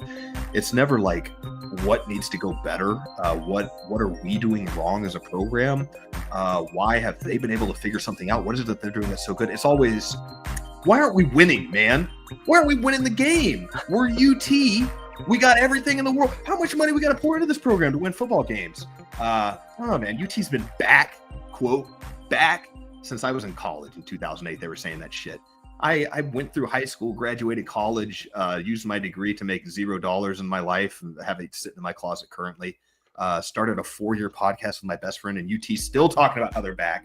And I wish you guys would have lost to Arizona State today. And I can't wait to bet against you the first time you have to play a real team in the college football playoffs in the next round, because you're going to lose. That was fantastic. And I will also say, Logan, the reason you can hate on me all you want, but it's much cleaner when you pee sitting down. Okay. All right. I heard that. I heard that. I caught that. I caught that. All right. And it's cleaner. You sit in the dark, listen to me monologue for 5 minutes. And so you can sit there, you can hate all you want, but you know what, man? There is something manly about being clean. That was hate. There's something. It's like real men can be clean. Okay. Or you don't dribble down your own balls. Oh yeah, that splatter that now every time you clean the toilet, you gotta like clean the subfloor next to you, because yeah. That is a humbling hate all you like want. when you happen to be peeing while you're sitting down on the toilet doing other things, in my case, and you like go to pee and hit the tip of your testicles, and like, that's not what any lady's looking for in proportions down there, you know. It's not an It's, encouraging. It's so like that's not Neptune's kiss. What would that be? Neptune's kiss. Is that where you dip it in the toilet bowl? No, that's like when it splashes up, like the water Mm. splashes up. Yeah, Neptune's kiss. That's always an ironic one too, and maybe this is an indication of my excellent rectal health. But man, it hits me right in the bullseye when I get Neptune's kiss. It comes right back to the origin almost Good every for you. time. Good I for never you, catch man. one in the cheek, you know. That's good. I feel like I don't know what that means, but I feel like it's a good omen. So It's a like good we sign. could probably go to war on an omen like that. You know what I mean? If this is like a Rome, it's like, well, it hit Got me Neptune's right. French kiss this morning, boys. Good news. He got in there. The loving embrace of Poseidon. Dude, it's like, yeah, we could definitely wage a war on those type of signs. I will say The gods too, are in our Neptune's kiss favor. is, forever in your favor. I will say Neptune's kiss, much more horrifying experience when it's an away game. It's when it's my toilet water, it's like, that sucks. But man, when you're like at work and that hits you, you're like, oh God, Yeah. I'm so far away from a shower right now. Yeah, that's fair. So this is an interesting question. What is your, on like a scale of 1 to 10, like what's your will to live through certain things? And like let me put these in, like, so zombie apocalypse is one scenario. And we're not talking about like Shaun of the Dead zombies. We're talking like 28 We're not days talking about later. desire to live, but rather will to overcome the circumstance. Will, yeah, like how long, like, yeah, your will to actually like soldier on, keep going. So like you have zombie apocalypse, you have just generic like end of the world scenario, and I'm really interested is how strong is your will to live if you're in a porta potty and it gets tipped over. Ooh. I mean, that's pretty terrible, but I still think I'm at a 10. I still think there's a good future. Are you talking about living in the said porta potty? Or are you talking about No, it's just like you're in a porta potty and it gets tipped over on you. I get to go home and and like take a shower eventually. Like, do you like? Because I'm my will to assuming live. this isn't the first day it got dropped off on the lot either. This one's been at the site for a Oh, couple this is months. not. Yeah, this is a rough porta potty. It's a bad porta potty. I mean, maybe I could come off of a 10 a little bit. I think I definitely want to live, but it's not fun. It's Oh, interesting. you gotta go have a weird doctor's visit after that where you get a lot of things checked out. Hopefully that blue liquid in there is way more sanitary, way more sanitizing than I assume it is. That's so interesting because there is my will to live in that moment is damn near zero. Like I think about like all of these scenarios. I got an image of your buddies knocking a porta potty over and all laughing in a circle and then just hearing a solitary gunshot on the porta potty. Well, here's the thing. It's like I'm gonna come out of the that porta went too potty far. and I'm gonna, yeah, it's like there's like end of the world apocalypse type stuff. I've got a shot. You know what I mean? It's like I'll give it a shot. I will. Especially now while we're still in our 30s and pretty athletic. Like I'll give it a good college try. But in 20 years, I may not feel that way, but right now I can go through. Dude, but the porta potty, and this is one. It's like you can use this information against me, but like know that it will probably result in my death. I think that my will to live, if I'm in a porta potty that gets tipped over, it's like I will never be able to feel clean again. Like, what am I supposed to do? Like, change my clothes? Like, I'm supposed to get in my truck and drive home? It's like, I just don't think it's worth it. I think that in that moment, if I'm in a porta potty, I will go grab a, and I might even like. I think the better move might be to like go find the guy who tipped the porta potty, or at least one of the group, whichever one you're positive you're physically capable of overtaking, and you take their car to their house and take a shower, even if you have to do it by force. I don't know if I got that in me. Like, I don't like. I really think that like I think long and hard about moments that could like could push me over the edge to where it's like life just Genius. isn't worth like why carry on? Like why even bother? I think the porta potty tipping over is one of those I moments. I think wonder. I would just This lay may there and not be have like, been a well, thought that's been in your head before this episode today that you brought this up. oh no. But This is something this is a does that deep rooted make fear. then okay, so this must then lead to some anxiety every time you use a porta potty. Absolutely. At Because least if it more so goes than the because if it average. goes wrong, I'd like You're gonna kill yourself. I'm gonna blow my brains out for I'm sure. gonna Like fucking kill myself. for sure, dude. It's like yeah, like every time I use the porta potty, if it goes wrong, it's over. And it's like I feel like I have a lot of good life ahead of me, but I just don't know if my will to live can overcome. It's just like Imagine I'm just the gonna be dirty forever. I'm over. the resident EMT at the festival that's in charge of taking care of people, and he hears that gunshot go off in the porta potty. He's just like, "Oh, come on, man! It's my problem now. Oh, that sucks. I gotta That sucks pick for that body up." like not only is that body like covered in like feces and blue goo, but now there's brain material and oh no, for sure. And that's like so much like, dude, I've thought about it too. Like all these people that do the no way you put that like you fucking like you want to gag on that barrel, is it? Because you want to get the brain stem, baby. You gotta get the brain stem. People, I hate when people like aim up or the tip. No way, dude. It's like that's rookie shit. Swallow Brain that bitch. stem. It's all your yeah. No, Touch it to it's your like tonsils and pull the trigger. and there's like the zombie apocalypse. Like I think that I could probably fare well for a time being, but there's I don't know what it is. There's just like there comes a point where it's like, is it worth it? Like in a world where there's no more antibiotics, you know what I mean? Like, oh, I tripped and I got a small cut on this branch, and if it gets infected, I'm gonna like someone's gonna have to saw my leg off, or I'm gonna die. Like, is it really worth living at that point? Like, what's the like? Is life so cherished? Is life so sweet that we should cherish it above all else? I don't know, man. It's like if there's no more antibiotics, like I'm still kind of I'll probably healthy. stand by that. It's kind of like the Mad Max thing. Like there is part of me. I'm still young and strong enough and conniving enough that I think I could make a decent warlord in the apocalypse still. That's fine. But what happens when there's no more antibiotics? Yeah, that I mean, sure, that sucks. You know what I mean? It's like for sure. Like it's great to sure. be warlord when there's still booze and antibiotics. But what happens when there's no more whiskey, there's no more weed, and there's no more antibiotics? Like, what's the point? Like is life? Like so I'm saying is like, is life so sweet that we should just soldier on for what? A life of struggle, no, dude. I'm in life for enjoyment. Harem of toothless, dirty women. And then what you got to put your shirt up every time. How to synthesize the children you've captured. No, yeah, it's like no way. I'm not. I'm just not cut out for it. And maybe I am cut out for it, but I don't want to. Like my will in that moment, it's like, well, whatever. It's.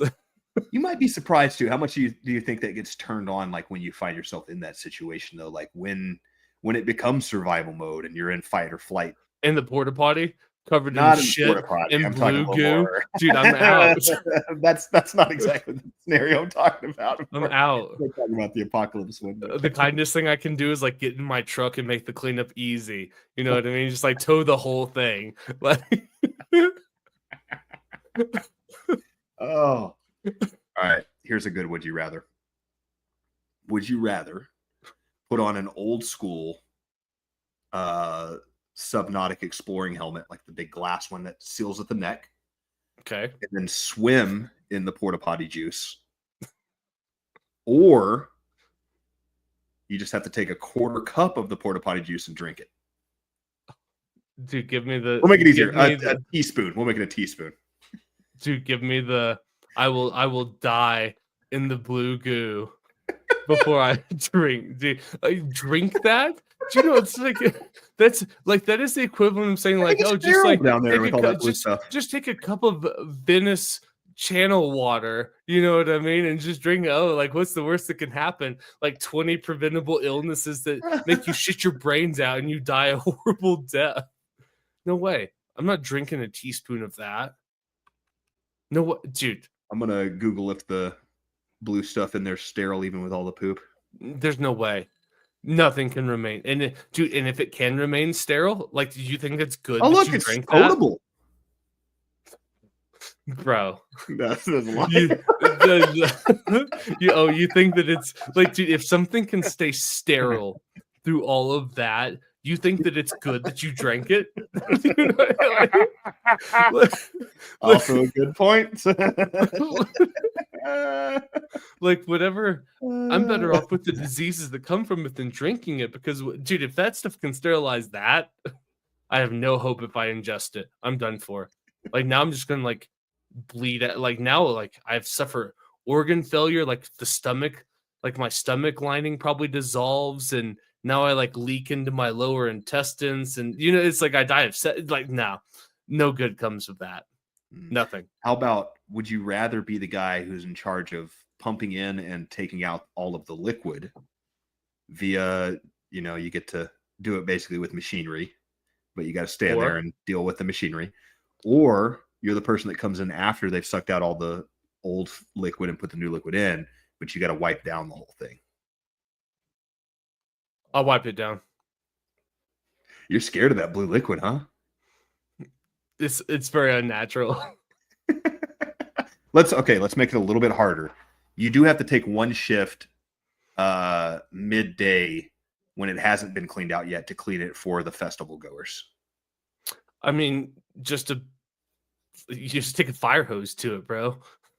You just take a fire, you just wash that shit down with the high pressure. Yeah, you just done, moving on. I'll do that all day.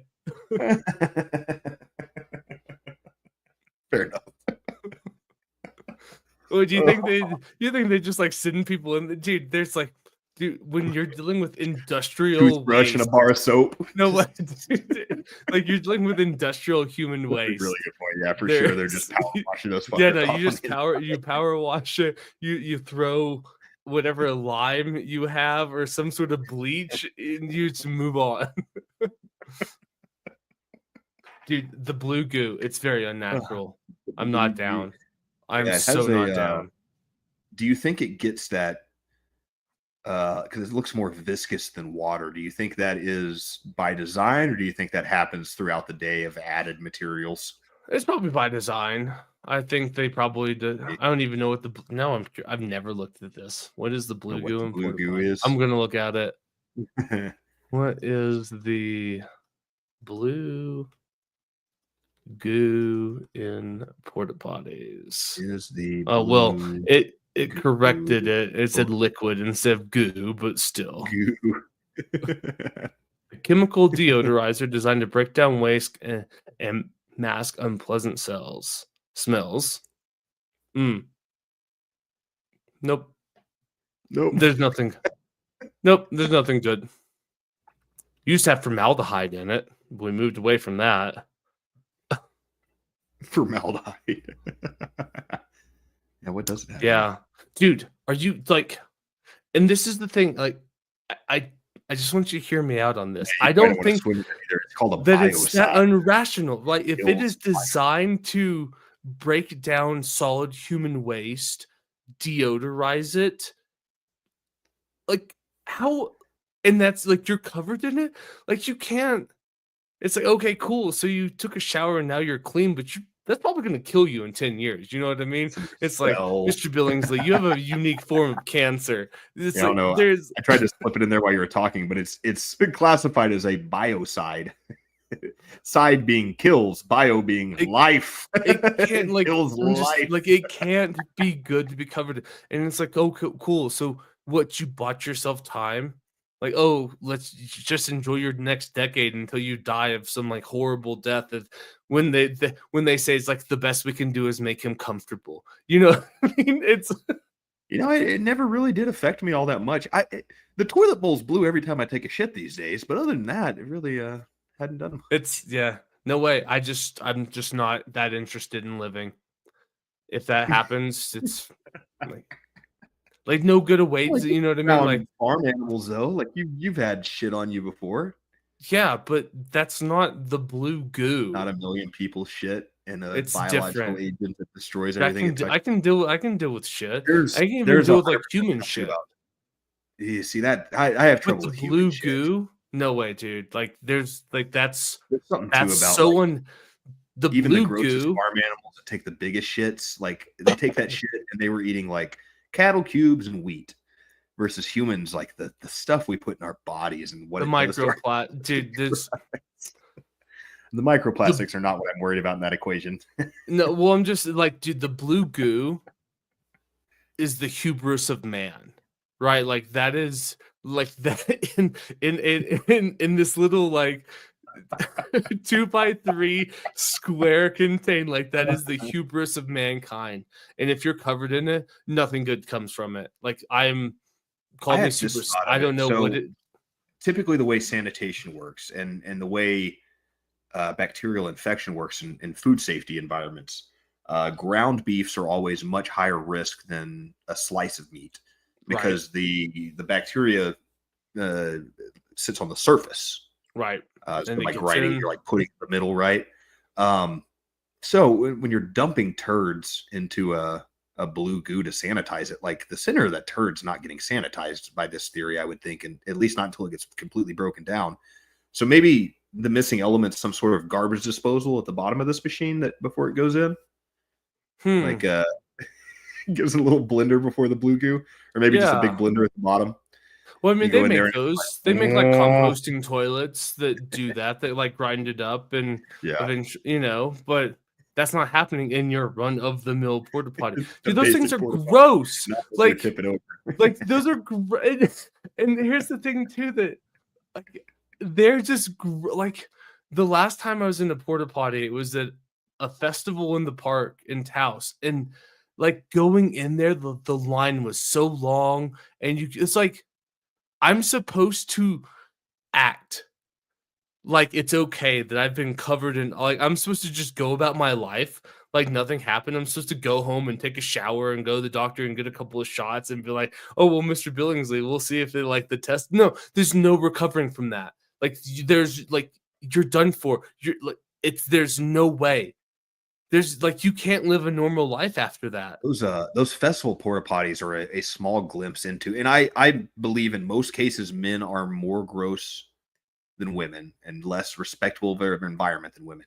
But something about bathroom spaces women really do a number on, and it's a lot of like the fear of sitting on the seat, so they end up hovering and just spraying like a feral cat and I just think that it's painting it. just like defecation is gross, period. Man or woman. And if you have a woman now, sometimes you have some monthlies involved in it, but it's like nothing's good. Like there's nothing good in that toilet. And you have the audacity to sit here and tell me that you have the strength to carry on after you're covered in no fucking way, dude. I am done. I am out. I like how much that disturbs you. This is an interesting little phobia we've run around.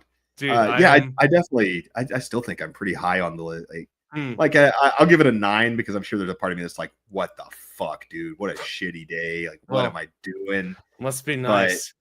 Must be I nice think to that's have what that. I It's would like, feel tell me about. how it is to have that type of will to live. I don't know. This, I think this is a little bit less of a will to live scenario, to be honest, though, because I'm also just a big dumb Neanderthal when it comes to like cleanliness and sanitation. Like I get myself sick once a year at least from like eating the food in the fridge that my wife would be like, "You should have thrown that out. Why the fuck are you eating that?" Right? So I'm a big dumb monkey with clean stuff a lot of times. So sometimes maybe that just doesn't hit me the same way.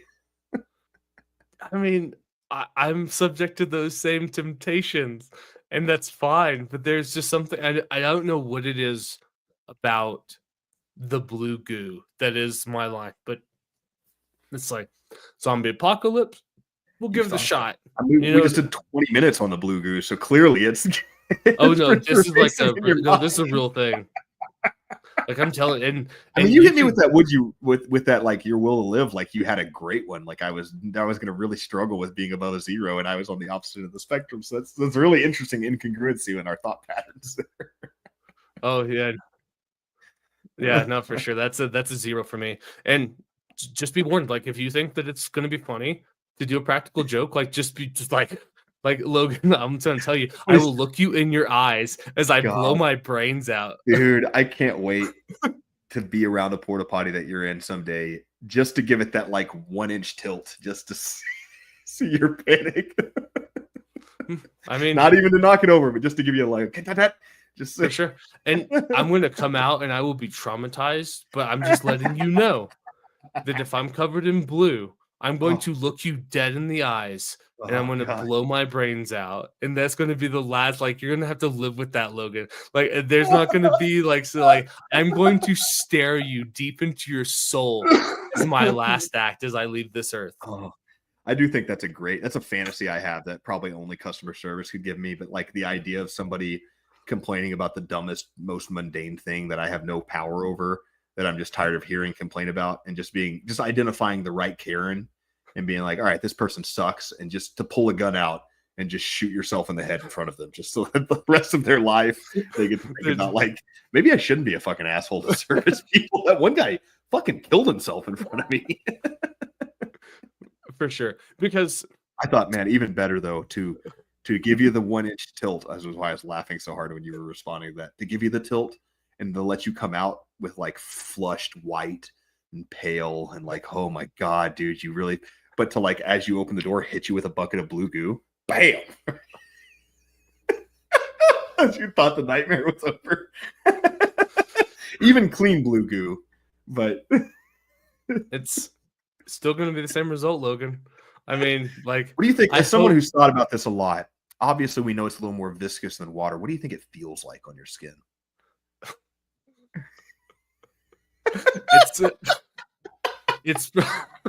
It's probably like maple syrup. Ooh, you think it's that thick? I was thinking about like swimming in heavy cream. I think, well, it's probably not that thick in its actual essence, but it's gonna feel like, you know what I mean? It's like as you wipe, like you like you're gonna wipe, and it just doesn't, and it just smears. Yeah, there's nothing good that comes from it. And here's what, like, I'll level with you right now, and everyone can know. If you want to pull this prank, I'm not going to tell you no, but just know that it is going to result in me looking you dead in the eyes and killing myself. Dude, well, we overlooked a bit of information that's going to make this way easier on you. I just found out that the blue stuff is actually designed not to stain, so it won't even turn you blue. It's totally fine now. Oh, perfect. My irrational fear is now washed away. Yeah, because telling somebody to be afraid of like going outside, like outside's not going to hurt you, that's always helped. Like talking somebody down from their irrational fear has always worked. It is an irrational fear of mine. I acknowledge this, and this is a very vulnerable moment because now everybody knows, like, now, like, anybody that chooses to listen to, like, if you want to like do me in, just like tip me over in a porta potty, and that's it. Like, you can undo all of my hopes and dreams. I'll end it all. Oh, how about the tablespoon of blue liquid in the mouth, but you can spit it out if you want. And that's all, like, gun to your head. It's either take the liquid or no. A tablespoon? Just a teaspoon worth, and you're allowed to spit it out. Well, a tablespoon and a teaspoon are different. There's 3 teaspoons in a tablespoon. We'll do a teaspoon. Make it as easy as possible on you. Do I have to like swish it around, or does it stay in the teaspoon and I just? You have to have your lips closed with the spoon no longer in your mouth, and then you can do what you want.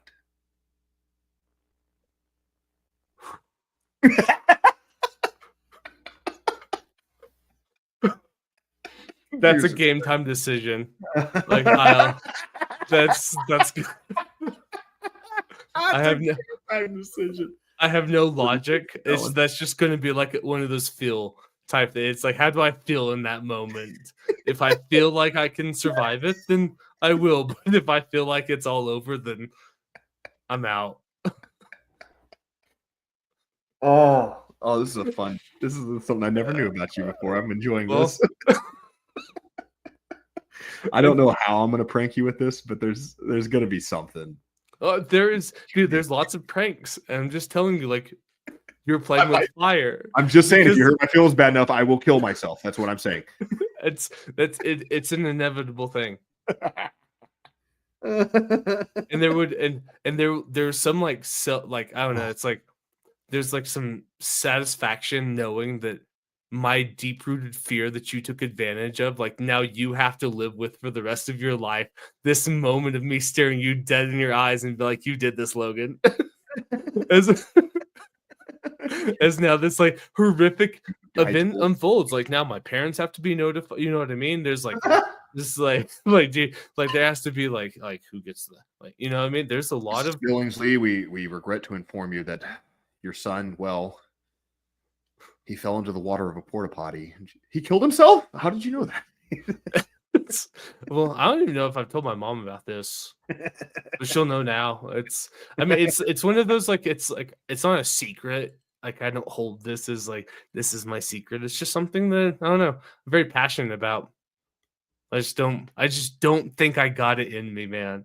Like I can overcome the blue goo. I just don't think I could. Like I think because I go through the exercise of like how pervasive is your phobia? If I had brand new out of the package, take the foil off the top blue goo, does that freak you out or is that fine? No, like the blue goo in its essence, like and it doesn't stop me from using a porta, you know what I mean? Like it's not like so pervasive that like I will always use a porta potty. I'm thinking I could like throw a cup of blue goo with a Snickers bar in it at your chest and get a pretty good laugh out of it. I don't know. I mean, you're not gonna get. I'm not gonna kill myself in that moment. You know what I mean? Matt, no, it's a Snickers bar. Put the gun down.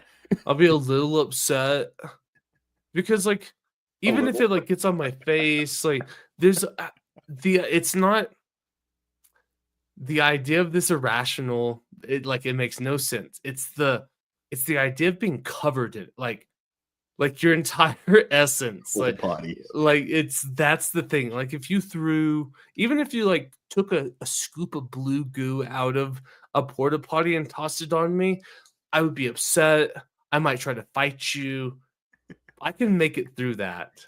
Maybe this is the answer to all of the anti-oil orange shirt guys that glue themselves to highways. Just like porta potty juice on them. Yeah, just go find the nearest porta potty and just like start throwing pictures at them until they figure out how to get their hands off the pavement. Oh, dude, I mean, I think it takes a very strong person to persevere through that. Like that's an odd measure of like. That's a unique inner strength. Yeah, I don't know. Take a splash. The splashes, you know, it's like I'm not gonna be happy. I'm not gonna like. You ever get Poseidon's kiss from a porta potty? I don't think I have. I would hope they put the water low enough. That's not possible, but I mean, if it's really full, but it's like I can live through that too. That's like, you know, I have a bidet. I can go home and I can turn that thing on high. You know what I mean? It's like I can. There are. So I think feel that splash in your lower intestine. As I try to like psychoanalyze all of this, it is the thought of being covered in the goo that really bugs me because I don't know, like, can I scrub my fingernails? You know, like, can I get under? You know, it's like it's the thought of like never being clean. Start again. That's what really bugs me. It's like it's the thought of like I'm never clean again. It's like might as well like what's unclean in the Old Testament? Like I'm that. You know what I mean? It's like whatever that is, like that's what I am at that moment. I am shellfish. I am poor. You know what I mean? It's like I will never be clean again. I am haram. This isn't kosher. Oh Jesus, that was a hell of a tangent. let's get back. Now that we've almost blown through our second half without doing any of I think we got at least I got two more domestic predictions left. What you got left? Hit me with them. All right, so let's see. Which one did I already do? This is a fun one. I think that we're going to be set for a replacement of the woke agenda. With that, what? We're all kind of now that I don't know. I don't have something to point to what it is, but this kind of woke thing came out of a time which we've talked about a lot on here of like a combined focus from the left and the right on the money.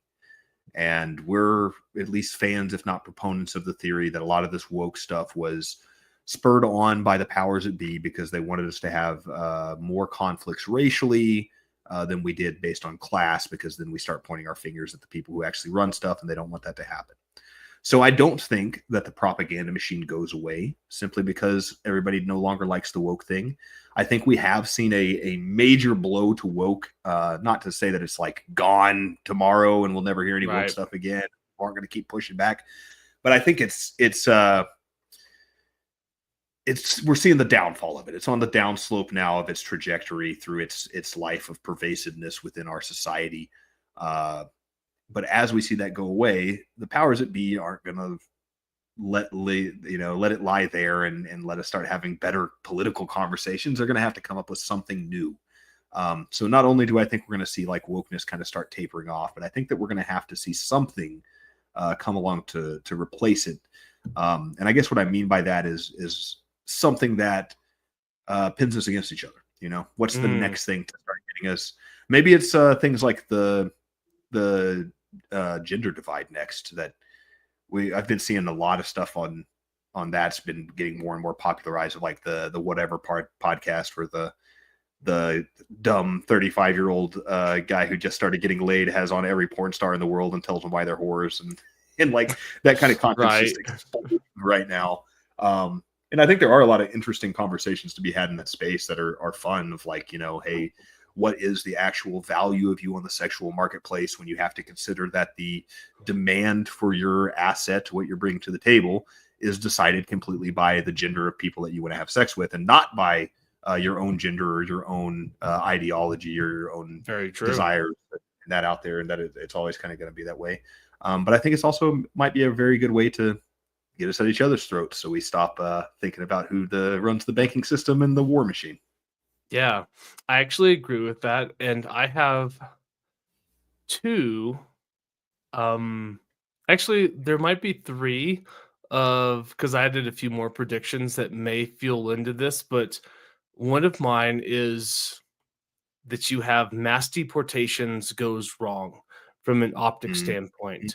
And I think that if mass deportations happen, and this feels right, like if you can't have them talk about woke stuff, then what better than, I don't know, like some bus. It's like I think you're either going to see like an image of somebody that died because they stayed in a container too long and it was hot, or we're going to get a violent standoff of some. What the hell? Thought it was hot in Mexico.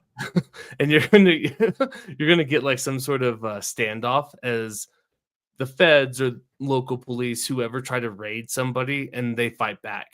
And so I think that in 2025 we're going to have this image of mass deportation, like, oh, this is ugly. I had almost put that down as one of mine as well, in that I could see, and I think the reason I didn't end up putting this down was because I don't think the will on the Mexican side of things is there with their current fishy president that was installed in front of a lot of cartel assassinations. I think she's kind of in the pocket there. Of course she but is. I do think she's smart. She wants to live. Yeah, right. You know what I mean? Like, dust in front of me. I'm gonna go ahead and be pro cartel. I could definitely see, though, mass deportations out of this country, even if we never go into Mexico, they're gonna fuck with what the cartel's doing, and they're not gonna like that. I say the cartel. The cartels are obviously not one entity. Sure. And there's going to be some tension on the border, and I think we're going to see some rising tension between the cartels in Mexico and the U.S. Forces, and may not be the best thing for people living on the southern border in the meantime. Yeah, I think you're right. I think that a lot of people, if you don't live, and I mean, I don't know. I have no idea to what extent I do and do not interact with cartel. You know what I mean? But if you live in the southern states along the border, it's there. They're alive. Oh yeah, they're well. I mean, they're well established. Like, it would not shock me that I've heard stories in North Texas as well of like activities. So it's throughout the state of Texas at least. Yeah. Oh, well, I mean, when I was in California back in 2017, I met some, trying to like make this vague. I met somebody in this weird roundabout way that was up there battling cartels. in the same places that I was in, like to the point to where they'd be like, "Oh, where were you exactly?" And I started like saying, it's like, "Oh, you were at that house, and it was that," and it's just like, "Oh, yep, I was there." And they're like, "Yeah, like why didn't you care about us? Because we were in firefights 2 ridges over." It's like, "Oh, okay. Mm. Like, why would you care Hey. about us?" It's like, yeah, we You were guys think very you could push it to peaceful, 3 ridges for me next time? I'm getting a little nervous.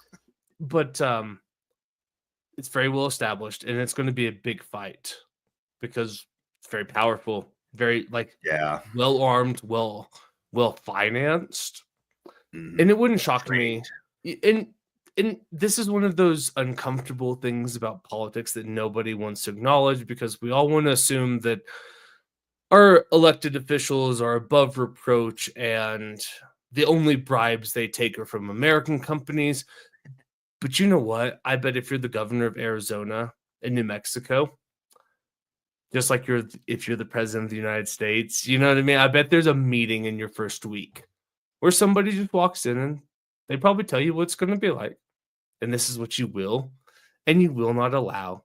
And you can do these things Yeah, and you they can't do give you this a stat sheet of all for of sure. your family assets and everywhere Absolutely. that your They family just is tell on a you daily what's, basis, and yep, for sure. just so you And know, we are aware of everything your family does, and we would really not like it if you did these things. Just so you I know. was I was told once that the cartel works under the law of division. If you don't play ball, we will divide your wife and your children in front of you until you do what you're told. And Yeah, comes I'd like from to a think I very have a lot of credible integrity source. when it comes to buying me out, but if you told me that, I'm probably gonna line up. I don't even know if it's like you know what I mean? It's like if somebody approached you and be like, "You'll give us 20%." It's like, you can have 20%. You know what I mean? There's a degree, and I feel like I bet that all of the southern border states are bought and paid for. I bet to a degree the House of Representatives and the Senate. Because if you have like if your problem is like the tunnels aren't for moving people and drugs in, it's for moving cash out. Like if that's your problem, like we need tunnels to move pallets of cash out of the country. Well, like of course you can buy whoever you want. And so like it wouldn't shock me like if they're all literally bought and paid for. That's interesting. I hadn't thought much about that, but yeah, I'm sure the cartels one have enough money to influence it, and two have a very strong vested interest in at least the guys on the southern border, if not all of them. Yeah, You know, I mean, why all of wouldn't they them. want to influence our border policy? It's only beneficial to them to have it as I would assume is open, but that's maybe not even true. Like, I mean, they may want it shut down in certain areas because they Right. want to shut down competition. So Yeah. And so well, that's interesting. What do you think about the idea of if you are paying protection money to the mob, the cartels, and especially if like a large swath of the population around you is paying protection money, to just like send them to the IRS? Like we actually paid our protection money to somebody else this year, so if you guys want our protection money in the form of taxes, maybe get these fuckers out of here. hmm. You know, what are you protecting me from? What's the money for if I'm having to pay extra money to this guy? This guy's at my front door. Pretty nervous about him. I think he Yeah. gets my taxes this year. And Oh, he only wants 20, so it's less than you. that's a very interesting Because in the conversation. libertarian argument, it's all protection money anyway. It's the same thing the mob Sure. does. So why pay it twice? Until you guys clean this guy off my front porch. He seems like Yeah. the officer in my neighborhood, so to speak. It's I think it boils down to the same thing as all things. What is the political will? Because I think that you can solve most problems in politics with money and dedication. And it's a matter of like, are we willing to dedicate? It's like, do you want to see your sons and daughters dying on the southern border combating this? Or are we okay with, you know, the influx of, like, are we okay with status Hey, quo? avocados are going to get a little more expensive, guys. What do you want? I mean, that it will. It's a side effect. It's a very interesting thing, and I don't know. I just don't know. Like, I don't know. Like, do we have the political will? Do you think, maybe not even the political will, but would you personally, if it came down to fighting a war against the cartels or open military against the cartels, and you do not get the support of the Mexican president, do you think that there is any level in your mind of declaring war on Mexico being an option? To say Me your government, personally, I mean, essentially, I guess the argument would be I'm- that you no longer are the government of Mexico. You are co-opted by this criminal organization, and we are going to save Mexico in a certain sense. if this is At least that's how we'd spin it, I'm sure. if I am the president of the United States, I'm not doing it. Yeah, it would be a lot of American citizens. I'm not doing getting it hot. because I think that the not even the unintended consequences, the direct consequences would be pretty bad. And I don't know how, I'm personally, I'm not. I'll pay, like, if I'm president of the United States, I'll pay my 20%. I don't I will even gladly pay matters. my extortion. I will, yep. As president of the United States, it's like, how much did you guys ask for? I'll write you a check. Just like, Look at you negotiating with terrorists. sure. As opposed to what? Like, As opposed to having half of the southern states lose their citizens. and it's like, Or there's lose half. something to be said. It's like, and this is, back to this, like Dan Carlin talk about the death throes of the Republic, but he has a stat in it that the Civil War that leads up to Caesar and that follows after Caesar kills 50% of Roman citizens. Jesus Christ. Is it that important?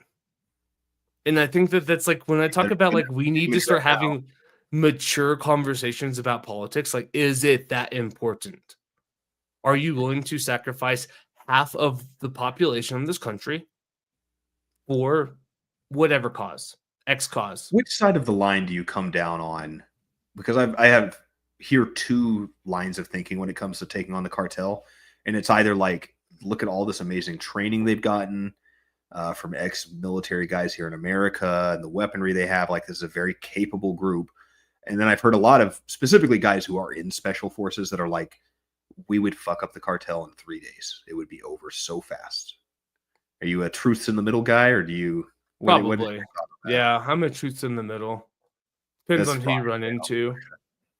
I know that it's like a very, it's like, oh, let me just take the middle road. As a true libertarian, like, how can I ever, like, stand hard on any position? You know what I mean? I have to to live in my whataboutisms and have no, like, real position on anything. I've got to wish watch, because how can I flip when the facts? Wait for you guys purse out your opinions, and then we just tell you you're wrong about them. Actually, how this works. It's probably like in between. I don't know, and Yeah, I don't think it'd be as clean. I just don't know. Guys are like, oh, it would wipe, but they have no idea what would hit them. I'd be like, I'm sure that's true, but I also don't think that it's a week long. I don't know. Like, we spent how many years in Iraq and Afghanistan? You know what I mean? I think, kind of to our point earlier too, like, even if you completely secure the border and just absolutely devastate the cartel south of the border, how many little sleeper agents of the cartel are just hanging out in America right now? Yeah, that's I feel like that's maybe talk about shock and awe. We're gonna hit them so hard that they're too scared to do anything here. Maybe. And or maybe their entire that family might be is true. at home, getting that talk about a division of the cartel right now if they don't go bomb a U.S. state building, and it doesn't matter. The winning that might be true, but it's how many. Like, let's assume that you could win it in some, like, beautiful shock and awe campaign. How many Americans are you willing to see beheaded on the news every night to achieve that? Because that's what's going to happen in the meantime. And that's when back to the start of this conversation, like, we need to start being mature about the way we talk about politics. That's it. Sure. Like, let's just assume that you could do that. Are we okay with 3 Americans being beheaded every night on national television? Iran's going to see a clapback of the likes they've never seen before. It's going to be amazing, the power America brings to the table. Yeah, it's I don't know. It's ugly. Reserve military strategy. in It's charge now. ugly in between.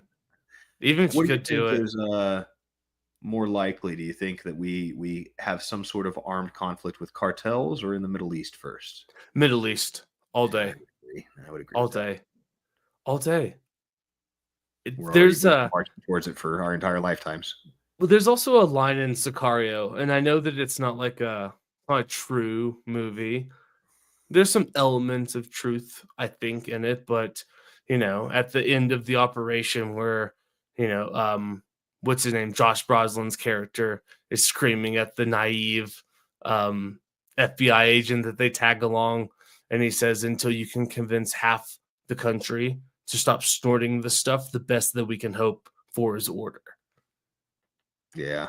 I think there's a degree of truth to that. It's like, do you really Or think legalize it and let us start growing cocaine in this country. Come on, guys. sure. It's like, do you really think that we got Pablo Escobar? It's like, do you think that we got him because we were upset about what he's doing? I don't know. I think we probably got him because he was out of control. You know what I mean? It's like, I think we were probably okay with all of that stuff until he stopped following orders. Yeah. Yeah. That's, I mean, hey, there's plenty of horrific dictators that we prop up all over the world and we have no problem with as long And as they're staying on the American oil dollar and doing everything they're told. and I know it sounds, and I'm not justifying that. So let me be clear. I'm not here to, lick that boot. But if you were in charge, that's a much better alternative than elements that you can't control. Unknown, you know what I mean? Unknown elements that I don't know what they're going to do. I don't know what's going to happen over here. Yeah. Order is, there's That's something fair. to be It's said like, about order you know, and stability. there's my non-aggression principle pipe dream of like, hey, all we got to do is laissez-faire capitalism, let people trade, and like let up on our own restrictions of trade and regulations, and eventually a population will educate itself enough. But that's quite an ethereal thought that I have. Ethereal thought, rather. It's a nice thought. Beautiful thought. It's a great thought. I think it's true. I think It's I the best believe it. thought. It's the best thought. Nobody has better thoughts. They're beautiful, beautiful thoughts, if you ask me.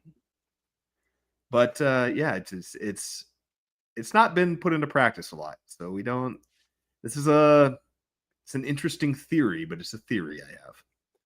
It's it's not a one, you know what I mean? It's not an A or B. There's a lot of Yeah, gray. what we can definitely do is use our overwhelming military and economic power to make sure that the right piece of shit's in charge. We can definitely do that right now. Yes. So there's the other And side. if you could, and this is, I mean, back to this idea, like we need to be more mature about the way we talk about politics. Like if tomorrow you were in charge, you were commander in chief, what are you actually going to change? Like how much of American foreign policy, American domestic policy, like how much of that are you actually going to be like, this is what I'm going to throw the wrench into? Like this engine, I'm throwing a wrench. If you were going to fix the system by changing one piece of our legislation, why would it be repealing the 19th Amendment?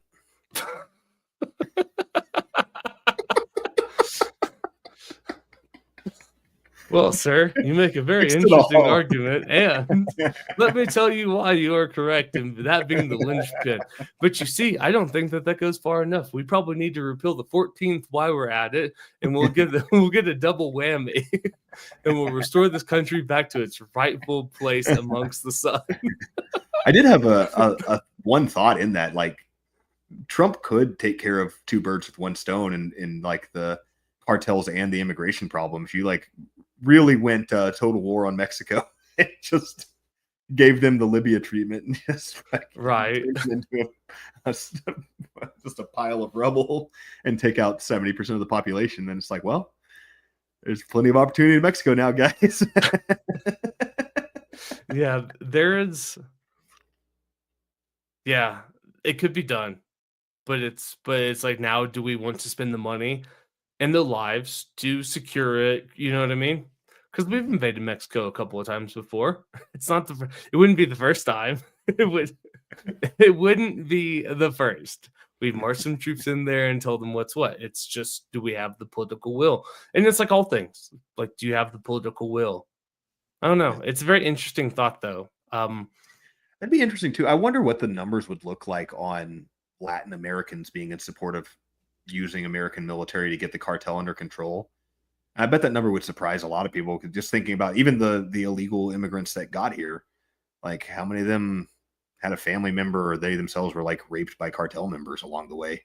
Or They they pay some paid. coyote to ruin their lives, yeah, paid out their nose to get it done, or they paid their entire lives to the cartel in Mexico, and then they decided to immigrate to America because they wanted a fair shake where they weren't being taken. And they might love to go back and live in their ancestral lands, but it's like, dude, I can't because these gigantic criminal organizations run the whole thing. Yeah. I think also this is an uncomfortable analogy in comparison that nobody's gonna want to face, but like at the end of the day, like what's the difference between the cartel and the United States government? Yeah. You know what I mean? At the end of the day, it's like cool. So we're gonna use one warlord to get rid of another warlord, but at the end of the day, it's like they both can throw you in cages, both can kill you, both can extort whatever they want out of you. You have no power to fight back. It's at the end of the day, it's like, what's the difference?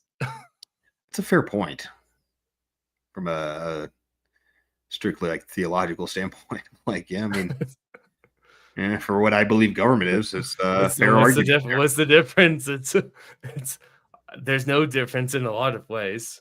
Because if my leaders are going to kill fucking citizens, they better goddamn be white. I'll tell you that much. Not my president. I don't want no goddamn Mexican president killing people and taking their money. I want it to be a proper white gentleman like God intended. Amen. All right. What other predictions you got left we haven't gotten to before we wrap it up? Let's see. I have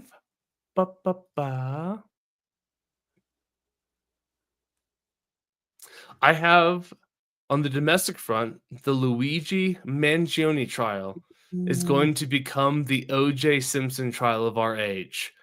My prediction is that he is going to be acquitted, either or not acquitted. He won't be acquitted. There will be a mistrial, either for procedural issues like the perp walk.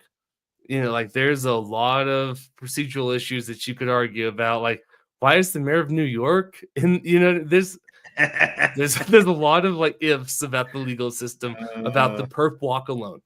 I think there will be a mistrial either on that ground or there will be a holdout in the jury. I think you're going to get somebody that's going to sneak in, and once they're in, they're just going to be like, nope, he's innocent. Nope, he's innocent.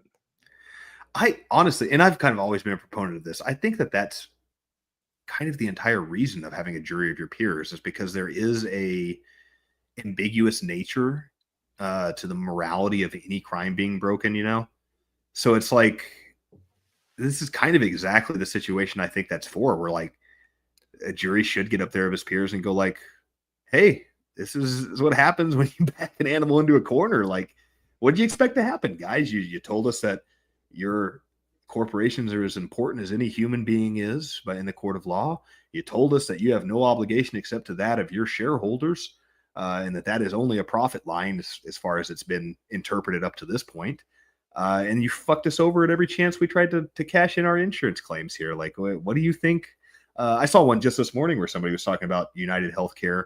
It was a doctor tweeted it and said that his patient was not able to get coverage because they had like brain failure, renal failure, heart failure. Like they're on death's door, and the insurance company had refused to cover it because they said it wasn't enough evidence to say that a hospital stay was necessary. Like that this couldn't be handled at home. It's not without a doubt proven to the insurance company. So it's like, I don't know, man, we just capped the CEO and you guys are still acting this way.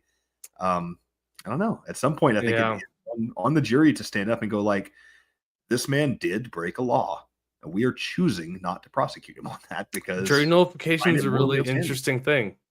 Yeah. And it's going to be very interesting if they choose to nullify it. What does that, you know what I mean? Like, what does it say about society and what are the implications about it, right? Like if he does get off through jury nullification, as a society, have we just said like, oh, it's okay to like kill somebody that you disagree with? If you know what I mean, it's like It will be interpreted that way by some. As there simple as are massive ramifications, no matter if he's acquitted or if he's convicted, if there's a mistrial, it doesn't matter. There are long-term ramifications that are going to come from it.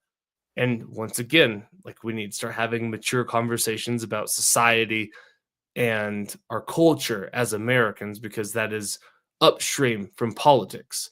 Mhm. So what do we want to like? These are the like We're sending we a live big in interesting times that we get to set the tone. You Yeah. get to set the stage for it. You get to set the precedent. You get to say what is and is not okay. What are we going to decide?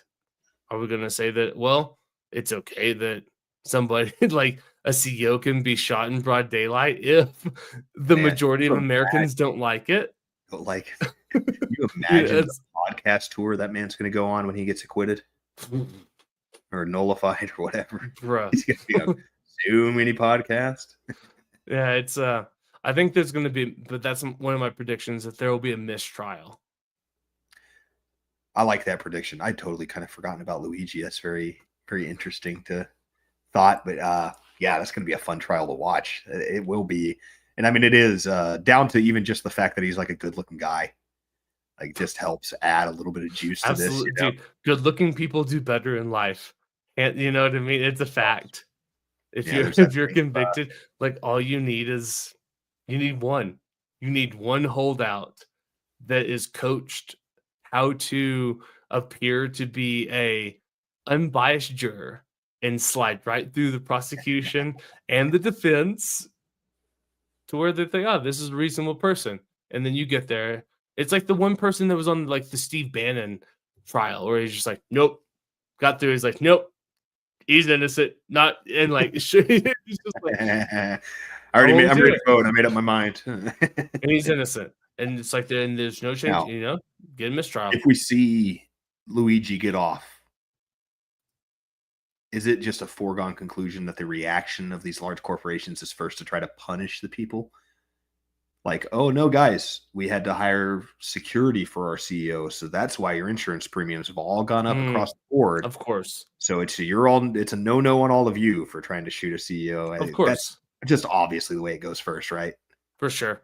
I also don't think that he escapes long term. I think his first trial will be a mistrial, but they'll get him. They'll retry him. You know. Yeah. Unfortunately, I do kind of feel the same way. I think I don't he's think going down. They're going to get him somewhere. He's going to get, or they'll get him like they got OJ. You know, like OJ then got like nailed on some sort of robbery, where then they threw like murder charge. You know what I mean? Like he got the punishment as being a murderer. It's like, oh, well, you got away in California, but now we got you in Nevada, murderer. They'll get him on something. Like he's like he does not get to walk away from this unscathed. Yeah, I bet you're right about that. I think he is not going to get back to celebrity status walking around on the street. Like, that's going to be a long road. It would take a dramatic push from everybody essentially on the ground. And even then, another interesting one I've noticed, and I can't remember, I think End Wokeness was one of them. I know Cat Turd. I put a list of them down here. Yeah, those were two of them I had. I don't know if you're familiar with Cat Turd on Twitter.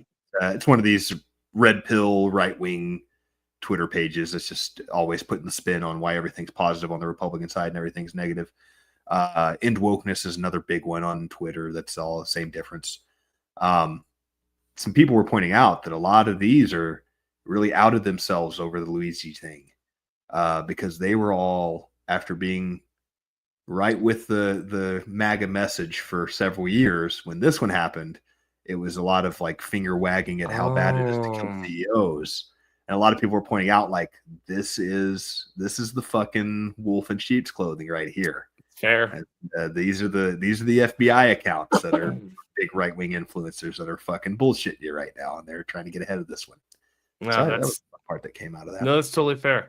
And that goes into my last domestic prediction, which we're already starting to see a part of. So I don't know if it's that, clairvoyant, but I think that we will see Vivek and Elon become the Cicero and Cato of their times, right? So, I've been big on this like Roman thing, but these are two people that fought Caesar hand over, like they were the resistance to what Caesar embodied. And I think that I think the short marriage of these guys, like Elon and Vivek and MAGA, it's not long lived. It's not going to survive 2025. I think they will come at odds, and there will be like a severe divorce, like probably a public divorce of Elon and Trump in 2025. Interesting. I don't hate that one. And we have, like you said, seen some chinks in the armor. I mean, with this this big conversation. H1, the H1B. And especially Vivek stepped in it with being supportive of bringing in smart Indians, which is not shocking that he's in that position. And Elon kind of had a bit of an autistic flare-up tantrum where he started blocking people on Twitter and suspending accounts temporarily. Mr. Free Speech himself. Yeah, right. And Mr. Free Speech Absolutist got his autistic feelings hurt and started blocking people online. So that's that's a good point that both of them have taken a little. The first chink in the armor has already been seen, and we hadn't even made it to Inauguration Day yet. Because when you create coalitions, right, and this is the thing that a lot of Americans don't understand, because the rest of the world works on coalitions.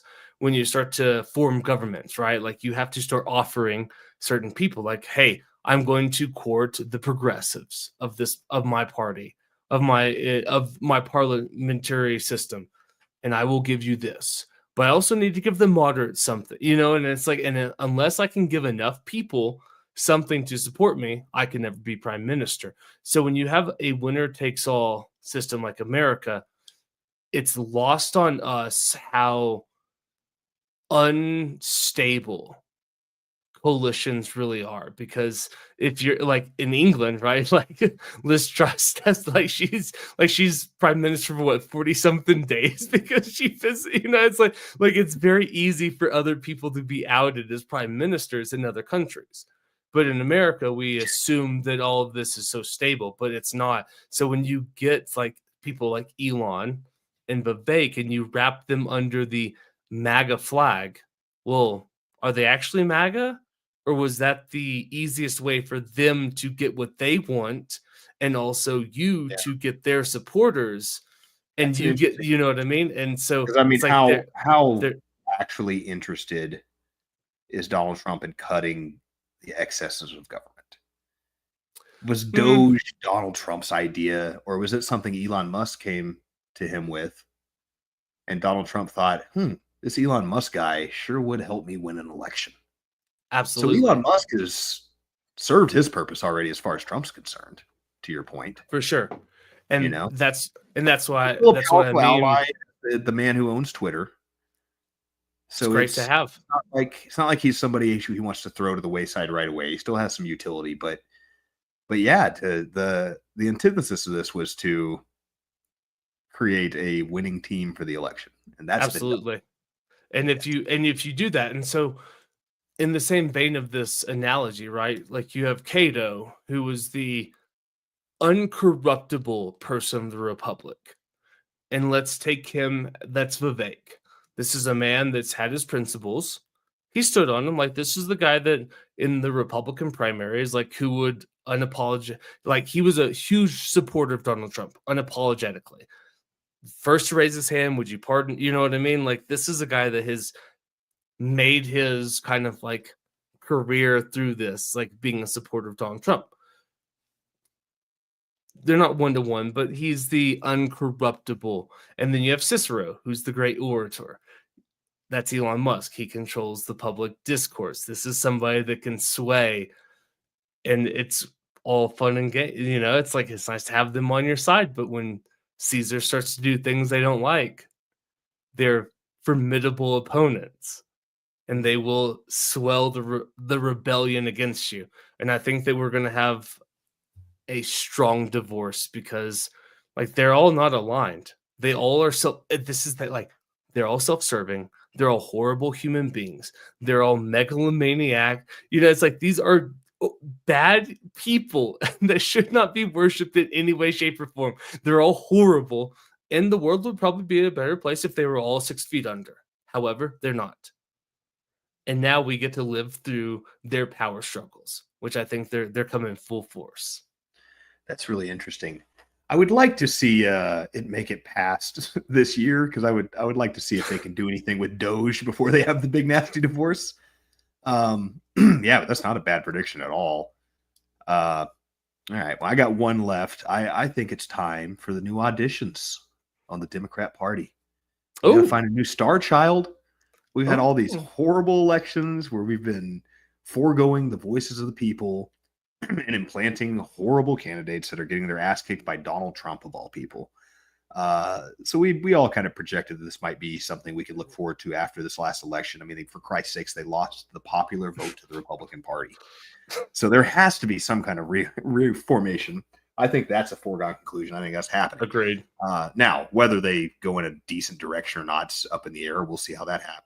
Fair. I think Josh Shapiro's got his name in the hat already, but I don't think Josh Shapiro has been a massive splash yet for the Democrats.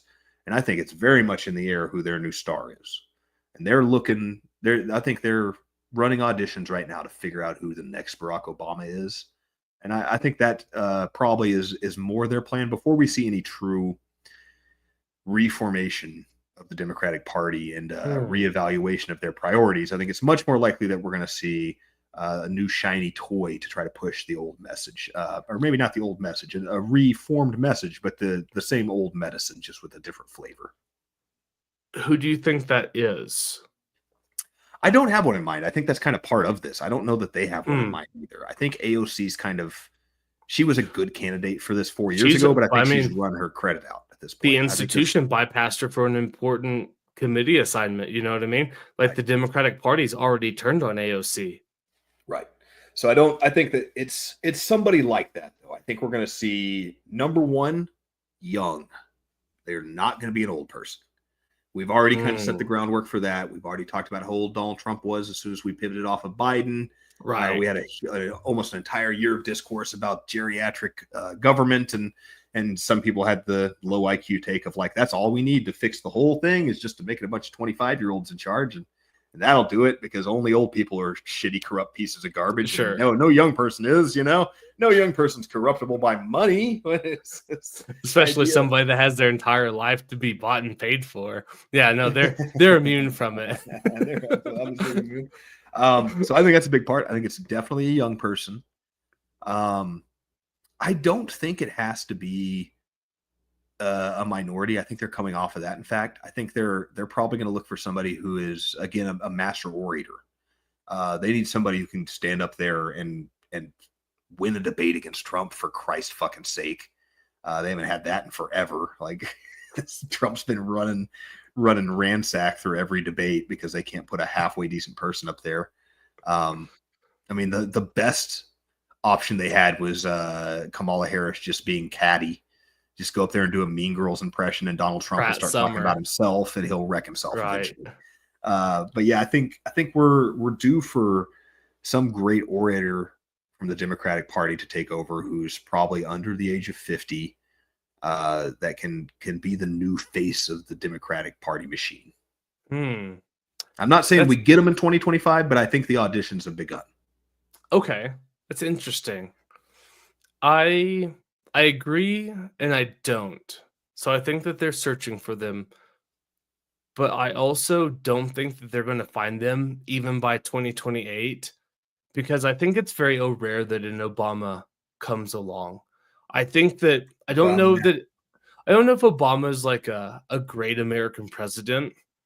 You know what I mean? Like I don't like as we get to separate from his presidency and we get to study it and we're more removed from the emotion, I don't know if he's going to end up in like a top 5, top 8, top 10 president, but he will be I think he'll be a better than average president. Like he's, of the 47, 6 that we've had, he'll be top half. But the skills that he brought to the table, I think that's a once in a generation. I don't think you get an Obama in 2028. I think that it's probably another 10, 20 years before somebody emerges on either side that can go from a junior senator of 2 years to the presidential nomination of their part. You know what I mean? Mm. It's like that's a very special individual, Well, I and we think can you're look you're for him, but you're I don't think we're going to overlooking find him. one avenue here, and that Which what the is Republicans just did. The Republicans just got a reality TV show host and absolutely revamped their entire party with him. We might just be looking at celebrities here. I mean, okay. if Taylor Swift is on the Democratic ticket in 2028, it's over already. We already know who the next president is. The Swifties are going to come out in droves. She's going to get 100% of the female vote. It's an exaggeration on that one, but it's going to be like I think Taylor Swift wins the next election in an absolute landslide if she runs. Might do it, which might be a nice indication of how stupid Americans are, but I think she would. That's interesting. I'm curious about, because politicians or any sort of public figure, they poll way better before they're actually in the race. So you can say, let's take. I guess that makes sense because the only people who are going to bring their name up before a race are the people who really like them. Or people that think they have a shot, or people have the backing. Now, Taylor Swift, she definitely has like an apparatus, like she has the apparatus behind her, but it's like Hillary Clinton. Like everybody thought that before she was a declared candidate. So everyone's like, yeah, Hillary Clinton would be a great president, until she's actually on the ticket and you have to vote for it. And it's like, oh, I like the thought of Hillary Clinton. I actually don't like Hillary Clinton. And the same with almost every single candidate. It's the same as like none of the above or undecided, right? Like that's why No Labels. Let's take them for example. In 2024, No Labels polled really, really well as the abstract. Would you like Donald Trump, Joe Biden, or a third-party candidate? Everyone's like, oh, well, I love a third-party candidate. And then when you start sliding names into said slot of third-party candidates, it's like, oh, well, not that guy. I can't, like, no, not her. Like, give me some, and I wonder if there is going to be a degree of that because, yes, undecided voters, there's a block of, like, huge proponent, like, we should rip the vote away from as many Americans as possible. Like, that is, like, if I was president, like, let's start repealing all of the voting rights as much as we can, as much as constitutionally allowed. We're going to start off with one voting right. I have the right to vote. When I talk to you in my everyday life, I'll deem if you get a vote or not, and that's how we'll start getting them back out. I would be, like, I'm a huge proponent of disenfranchising as many Americans as humanly possible. Because somebody like Taylor Swift would poll well. But I don't know how, right? Like the idea of Taylor Swift is a lot better than if you actually had to like sit down and listen to Taylor Swift for 2 hours talk about policy. I feel you say that, and I'm telling you, you're wrong. She would fucking dominate. That's nice. It's a different kind of. And I'll say the same thing about Beyonce. If Beyonce ran as a Democrat and presidential nominee, she'd be the next president of the United States. Fair enough. There's so I guess the next of popularity that I don't. So if that is inevitable, let's take that as true. So then, once again, how do we have mature conversations about politics? What are the cultural carrots and sticks that we want to apply to make sure that the next popular person that's going to be president is actually decent? I'm not even saying that we have to fight it. Like, are you trying to imply that all of our celebrities aren't decent people? I mean, I think it's built in. I think they're just better versions of us. I think that's probably. I wish I was that handsome, to be fair. My life would be easier if I was as hot as Brad Pitt or Ryan Gosling. Yeah, I can't imagine how it'd make my life worse. It seems like it'd be nice. Yeah, it'd be great. It'd be great to be Yeah, like mega attractive to walk into a room and you know what I mean?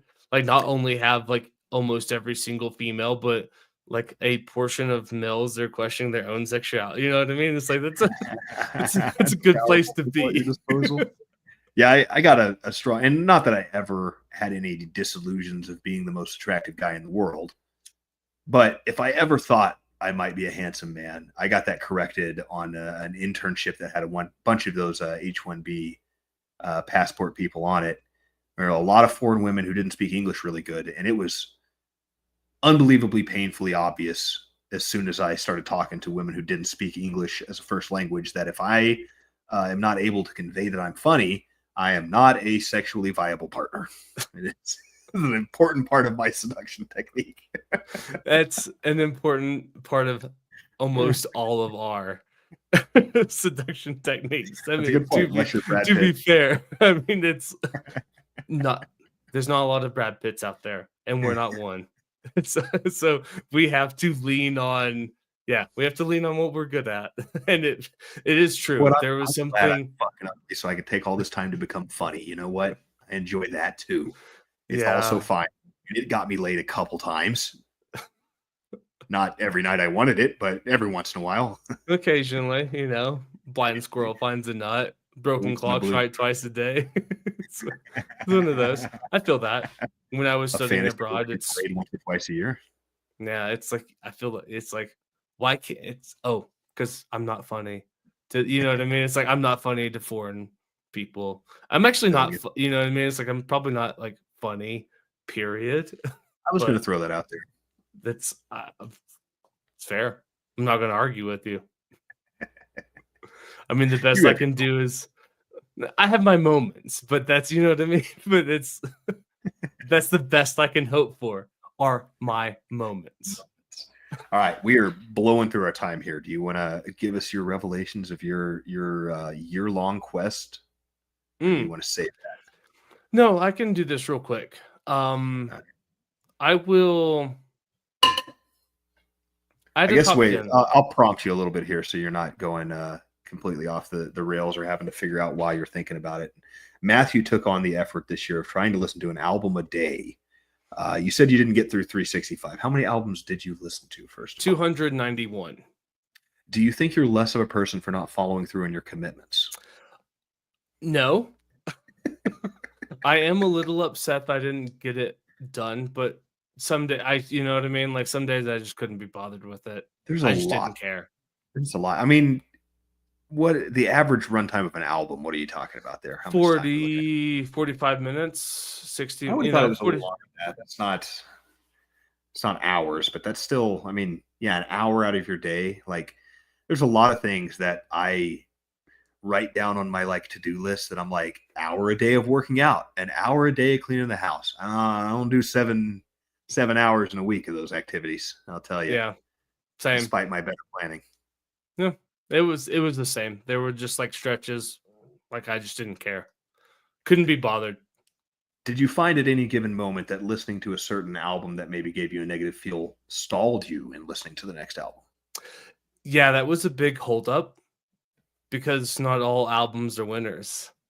Like Yeah, I probably for every album I listened to, I probably went through 4 that I just wasn't interested in. When you say went through, you mean like listen to a song or two? I and just listened went, to like the start, I listened to a couple of songs and it's like, no, not interested. So you listened to 270-ish full albums. You're not 291 counting those? 291. Wow. full album That's start to pretty good. finish. Pretty good. How did you go about your selection process when picking albums? Did you have a pool where you had people like adding in, or did you just kind of go by Everything? shits and It was whatever? It was all of it.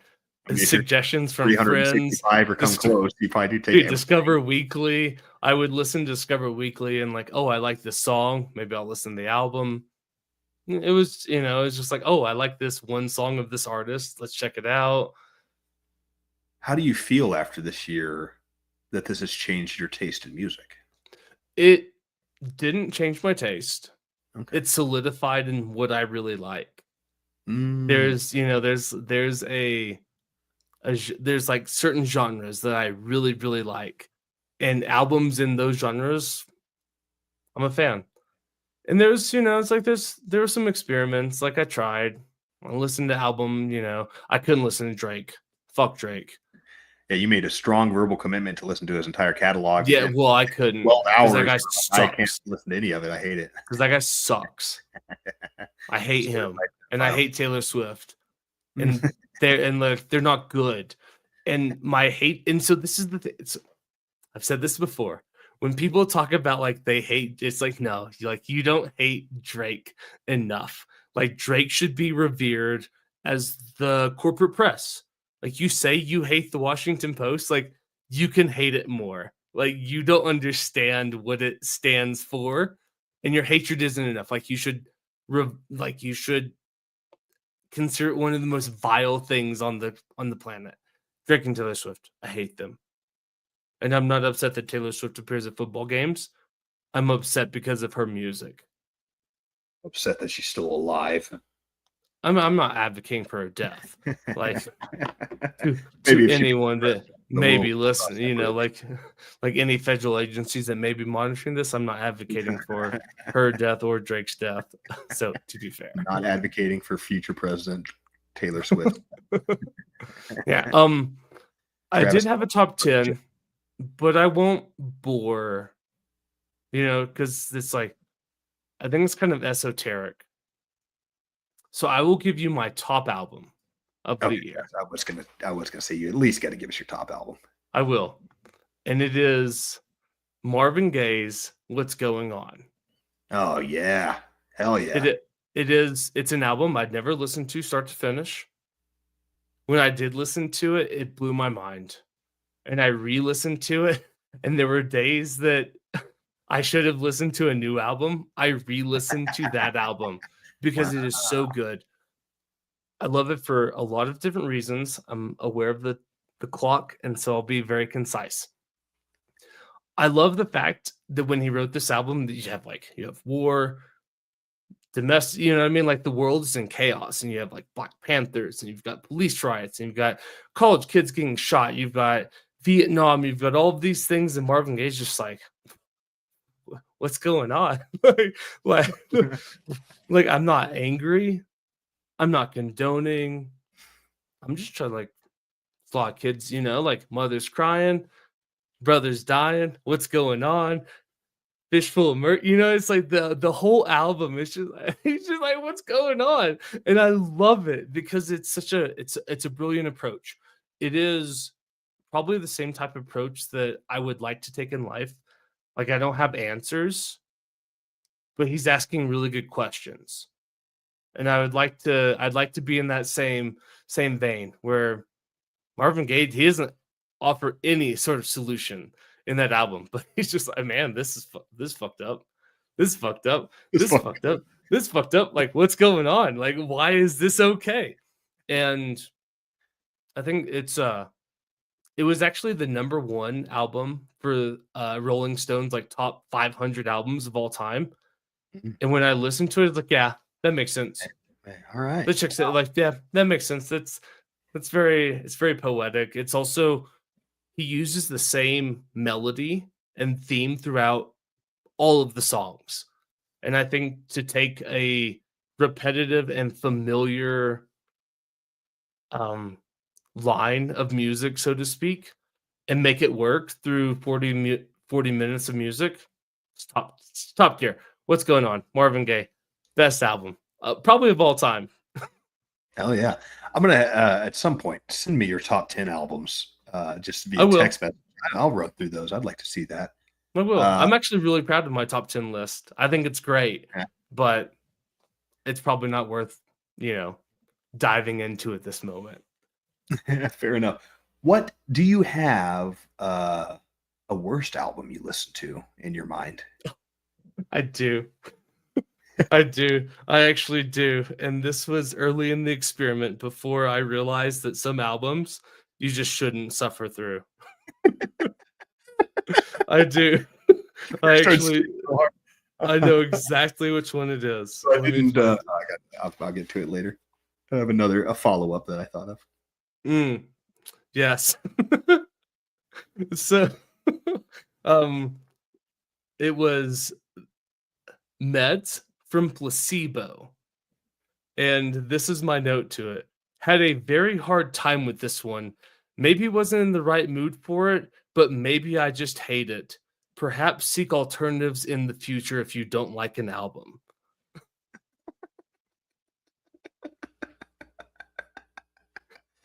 I'm gonna have to go check them out. I'm not familiar with It's Placebo. not well, I mean, it's not good. It's hard. It's So the follow up I was thinking of, there is much like the Come Down video, watching bad Steven Seagal movies. There is a culture of people who really appreciate horrible movies, and like there's a certain quality. Not being bad in and of itself isn't enough to make an enjoyable bad movie, but there is such a thing as a bad movie out there that are at times worth watching. Did you find any bad albums that were either redeeming in a way, or at least you found kind of interesting in that sort of ilk, that like The Room, that you end up wanting to watch to the finish, even though it's a horrible piece of art? yes. I love that you got good answers for all these. This is great.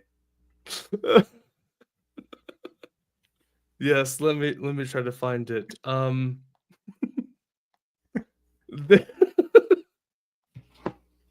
Yeah, let me bear with me. I have to find it.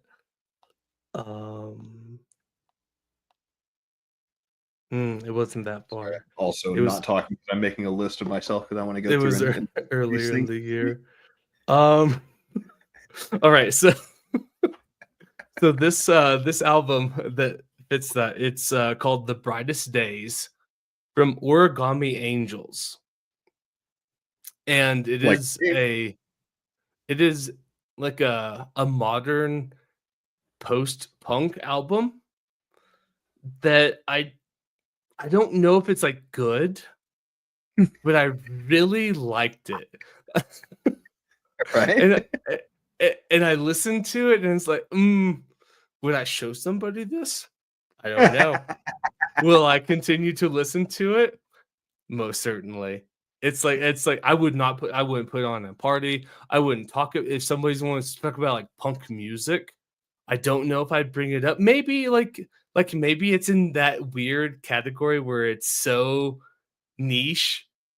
You probably like run into the same thing as like Come Town, right? Like anybody that's like, oh yeah, I like that album. It's like, do I like am I a better person for it that you like this, or am I a worse person? I don't know. I like this, but there's only certain people I can even show this to. Like, Yeah, some but people think that's less one that album from Origami Angels. That's one of those. It's like I don't know if I like it. I don't know if it's good, but I'm gonna listen to it. I'm gonna listen to it again and again and again and again. Kept you going on it. Oh, that's really funny. I don't know if I have any other good questions. You got anything else you need to tag up on your music? I don't know. I want you to hit me with one more. I feel like I still got some. I mean, I have 291 albums, man. I feel like I still got like one more in me. Right. I only gave you like 3 questions. All right. We talked about bad albums. We talked about albums that you maybe liked, but for weird. Did you find any unexpected or new genres of music that you've become a fan of? Oh, yep. Let me find it. I do. There were some. Hold up. I know exactly what I'm looking for. I just got to get to it. Oh, come on. It's later in the year. Oh, past those. There were like some obvious ones that I knew I would probably like, or they're really good. I'm getting closer. All right. So, The Love Still Held Near Me from City and Color. It is nothing that I would actually, you know what I mean? It's got kind of like sad, mopey love energy, but I loved that album. I listened to it, it's like, oh my god, like what have I just gone through? Nothing about like I don't like that music as, kind of a general rule, but that album, loved it. Loved it. I still listen back to it. Sometimes I cry occasionally because it's so beautiful. And it's like, as I cry, I'm just like, dude, you're so fucking gay. As I like wipe the tears away from my eyes. I should have thrown you one of my favorite albums out for you to listen to during this. Actually, it's kind of one of that same ilk that I ran across, and it was just like, oh shit, I love every song of this. It's an album called Goat Rodeo Sessions, and it's all string instruments. Yo-Yo Ma is the only name I think I can remember that's definitely in the band. But it's all these like famous string instrument, amazing classical musicians that come together to just make like a really interesting folksy string album that I still to this day, it's like one of the only, because everything's been moved over to Spotify at this point. I think I've deleted every album that's on my phone except that one. I still have Goat Rodeo Sessions because it's not like readily available from what I've known. At least it wasn't back when I made this decision on Spotify. And it's one of my favorite albums to put on too, just to relax and take a nap, go to sleep at night, just like listen to beautiful string music and soothe your soul. I'm so down. It's a super good one. down. I don't know why that never even occurred to me when you were bringing up this whole thing about listening to the albums. But yeah, I could have had 292, but could have been there. You're selfish. You're selfish. Shame Not on even you. a long album too. You could have knocked it out in 20 minutes probably. You selfish son of a bitch. I thought of one other question before I let us sign off here. Fair enough. Bonus. What artist did you listen to during this time that you were once a fan of that you either lost respect or completely lost being a fan of altogether? Oh, I didn't lose being a fan of anybody, but I solidified a theory that I've held for quite some time, and I will die on this hill. John Mayer. Oh, John Mayer. He is that's almost as bad as shitting on Taylor Swift. He is not the best. He's not the best artist out there. But if somebody tells me that they don't like John Mayer, I know I can just immediately discount everything they have to say about music. Okay, I did not give. No, I have not given John Mayer enough credit. Like I've liked John. It's like I've liked John Mayer. Like he's got some good songs, but I went through his discography. We've all tried to get in college early on. If we all for sure, like we have, but he's one of those people that at the end of it, it's like I went through his music. It's like, nah, he is so good. Now, is he the best artist of all times? Of course not. Am I going to put him in my top 10? Probably not. But if you say that John Mayer sucks, I just get to, it's this, you know what I mean? It's like, I'm not going to listen to anything that you have to say. Probably, period. Like, if you think that John Mayer's not good at playing guitar or writing music, like, I can't trust you with literally any other opinion. Like, you were such an uninformed pleb. You might as, like I value the same type of input from you as I do a rock outside in my driveway. Like that's how uncultural you are. That's how I view, and that was I didn't lose love for any artist, but John Mayer solidified his place in my heart. If you don't like John Mayer, it's like you might as well just be a rock as far as I'm concerned, because you know nothing about like beauty, aesthetics, music. I can't trust you. I just can't trust you. If you don't like John Mayer, then like we won't be friends. And if you're listening to this and you don't like John Mayer, then please stop, because I don't want you even listening to the podcast. We don't have enough listeners. Don't be throwing them away. Yeah, nope. I already shit on UT fans. That's probably half our listening base here in Austin. People then go. Good, but go cry with all those other rocks. Like if you're a UT fan and you don't like John Mayer, you're a rock. Logan, we're better than this. We don't need listeners. And it's like, yes, we want listeners. We've made it this far without them. What the fuck do we want them now? It's not that we don't need the list, but it's like I don't want your listen at the sake of like me saying that it's okay to support UT or to say that John Mayer's not good. We'll take the plays. Just put the radio on silent when you play it. Turn it down real low and let the episode go. That's fair. Whatever. If you hate us that much that you're willing to do that, then great. But It's not that I don't love the listeners. It's not that I don't want listeners, but they're rocks. Rocks. Rocks. All right, since we're already brushing up on 3 hours here, let's get one more in. What do you think you learned about yourself with this experiment? What did listening to 291 albums teach you about yourself that you may not have known?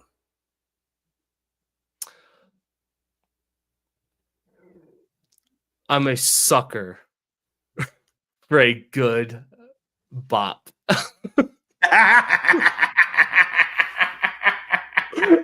I didn't see that one coming. It makes sense though. There's a reason.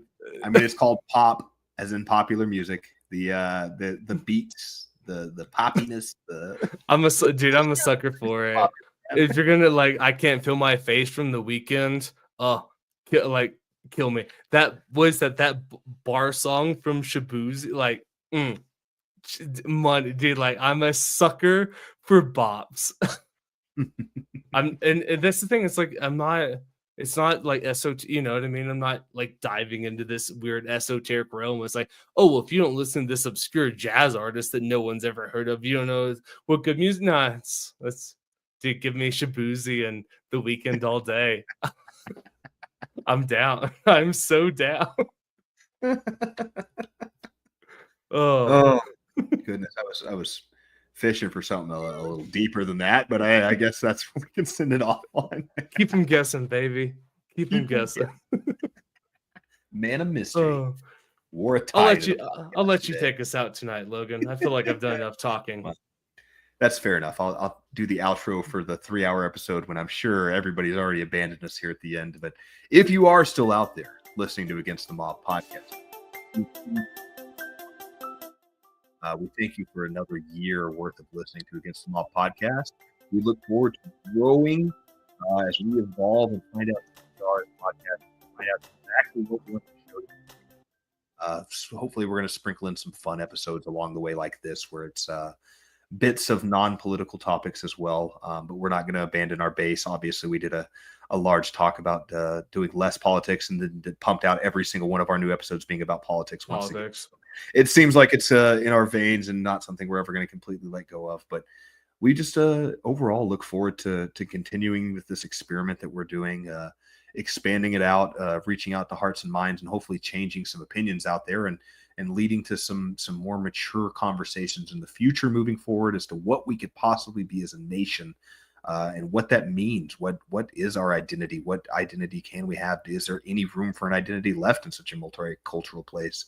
But overall, I look forward to another year of talking into the internets and hopefully reaching some of you guys, and can't wait to hear back from y'all as well. I think that's maybe one thing I would throw out as something I'm looking forward to in this year, and something that I want to see this show move more into is more feedback from you guys, more interaction from you guys. I want this to become more and more of a tit for tat and an opportunity for your voices to be heard, and less of simply us monologuing about what we care about and addressing more about what you guys care about. So, but I love our diatribes. Oh, well, we will still find there's still a button where we can turn off their voices and go in our diatribes. I don't think there's going to be any shortage of us rambling into the internets. A great example of this maybe being this episode tonight, where 30 minutes before we started this, it was like, I don't even know what we're going to talk about, dude. And that led to 3 hours of us rambling into the internet. So apparently it wasn't all that big of a deal for us not to have a topic. We seem to be long-winded enough anyway. And that's why you guys are here listening to us. That's why we're here excited to be giving you guys the good news. And that's why we're going to continue to fight against the mob with people over politics. Amen with that. And also, now if you guys know, porta potties. Terrified of them. See? That's why you listen. And that's why you listen. Because you get these little tidbits. That's gold.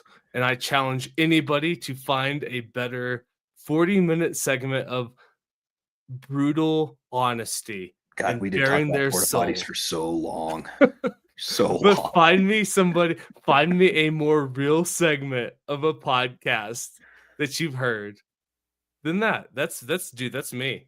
That's all there. That's as honest as deep-seated phobia. Dude, I have shared with the internet something that is deeply troubling to me. And that's what you get when you get here. You get some Most college people will tell you football. that's a mistake to share with the internet too. Well, I will tell everybody the same thing I told you. If you want to test it, like, I will look you in your eyes and I will blow my brains out, and you get to live with that for the rest of your life. If you are okay with that, then so am I. Like, we've reached detente. If that's it, like, if you're cool with that, then I am too. With all that being said, we will see you guys next week.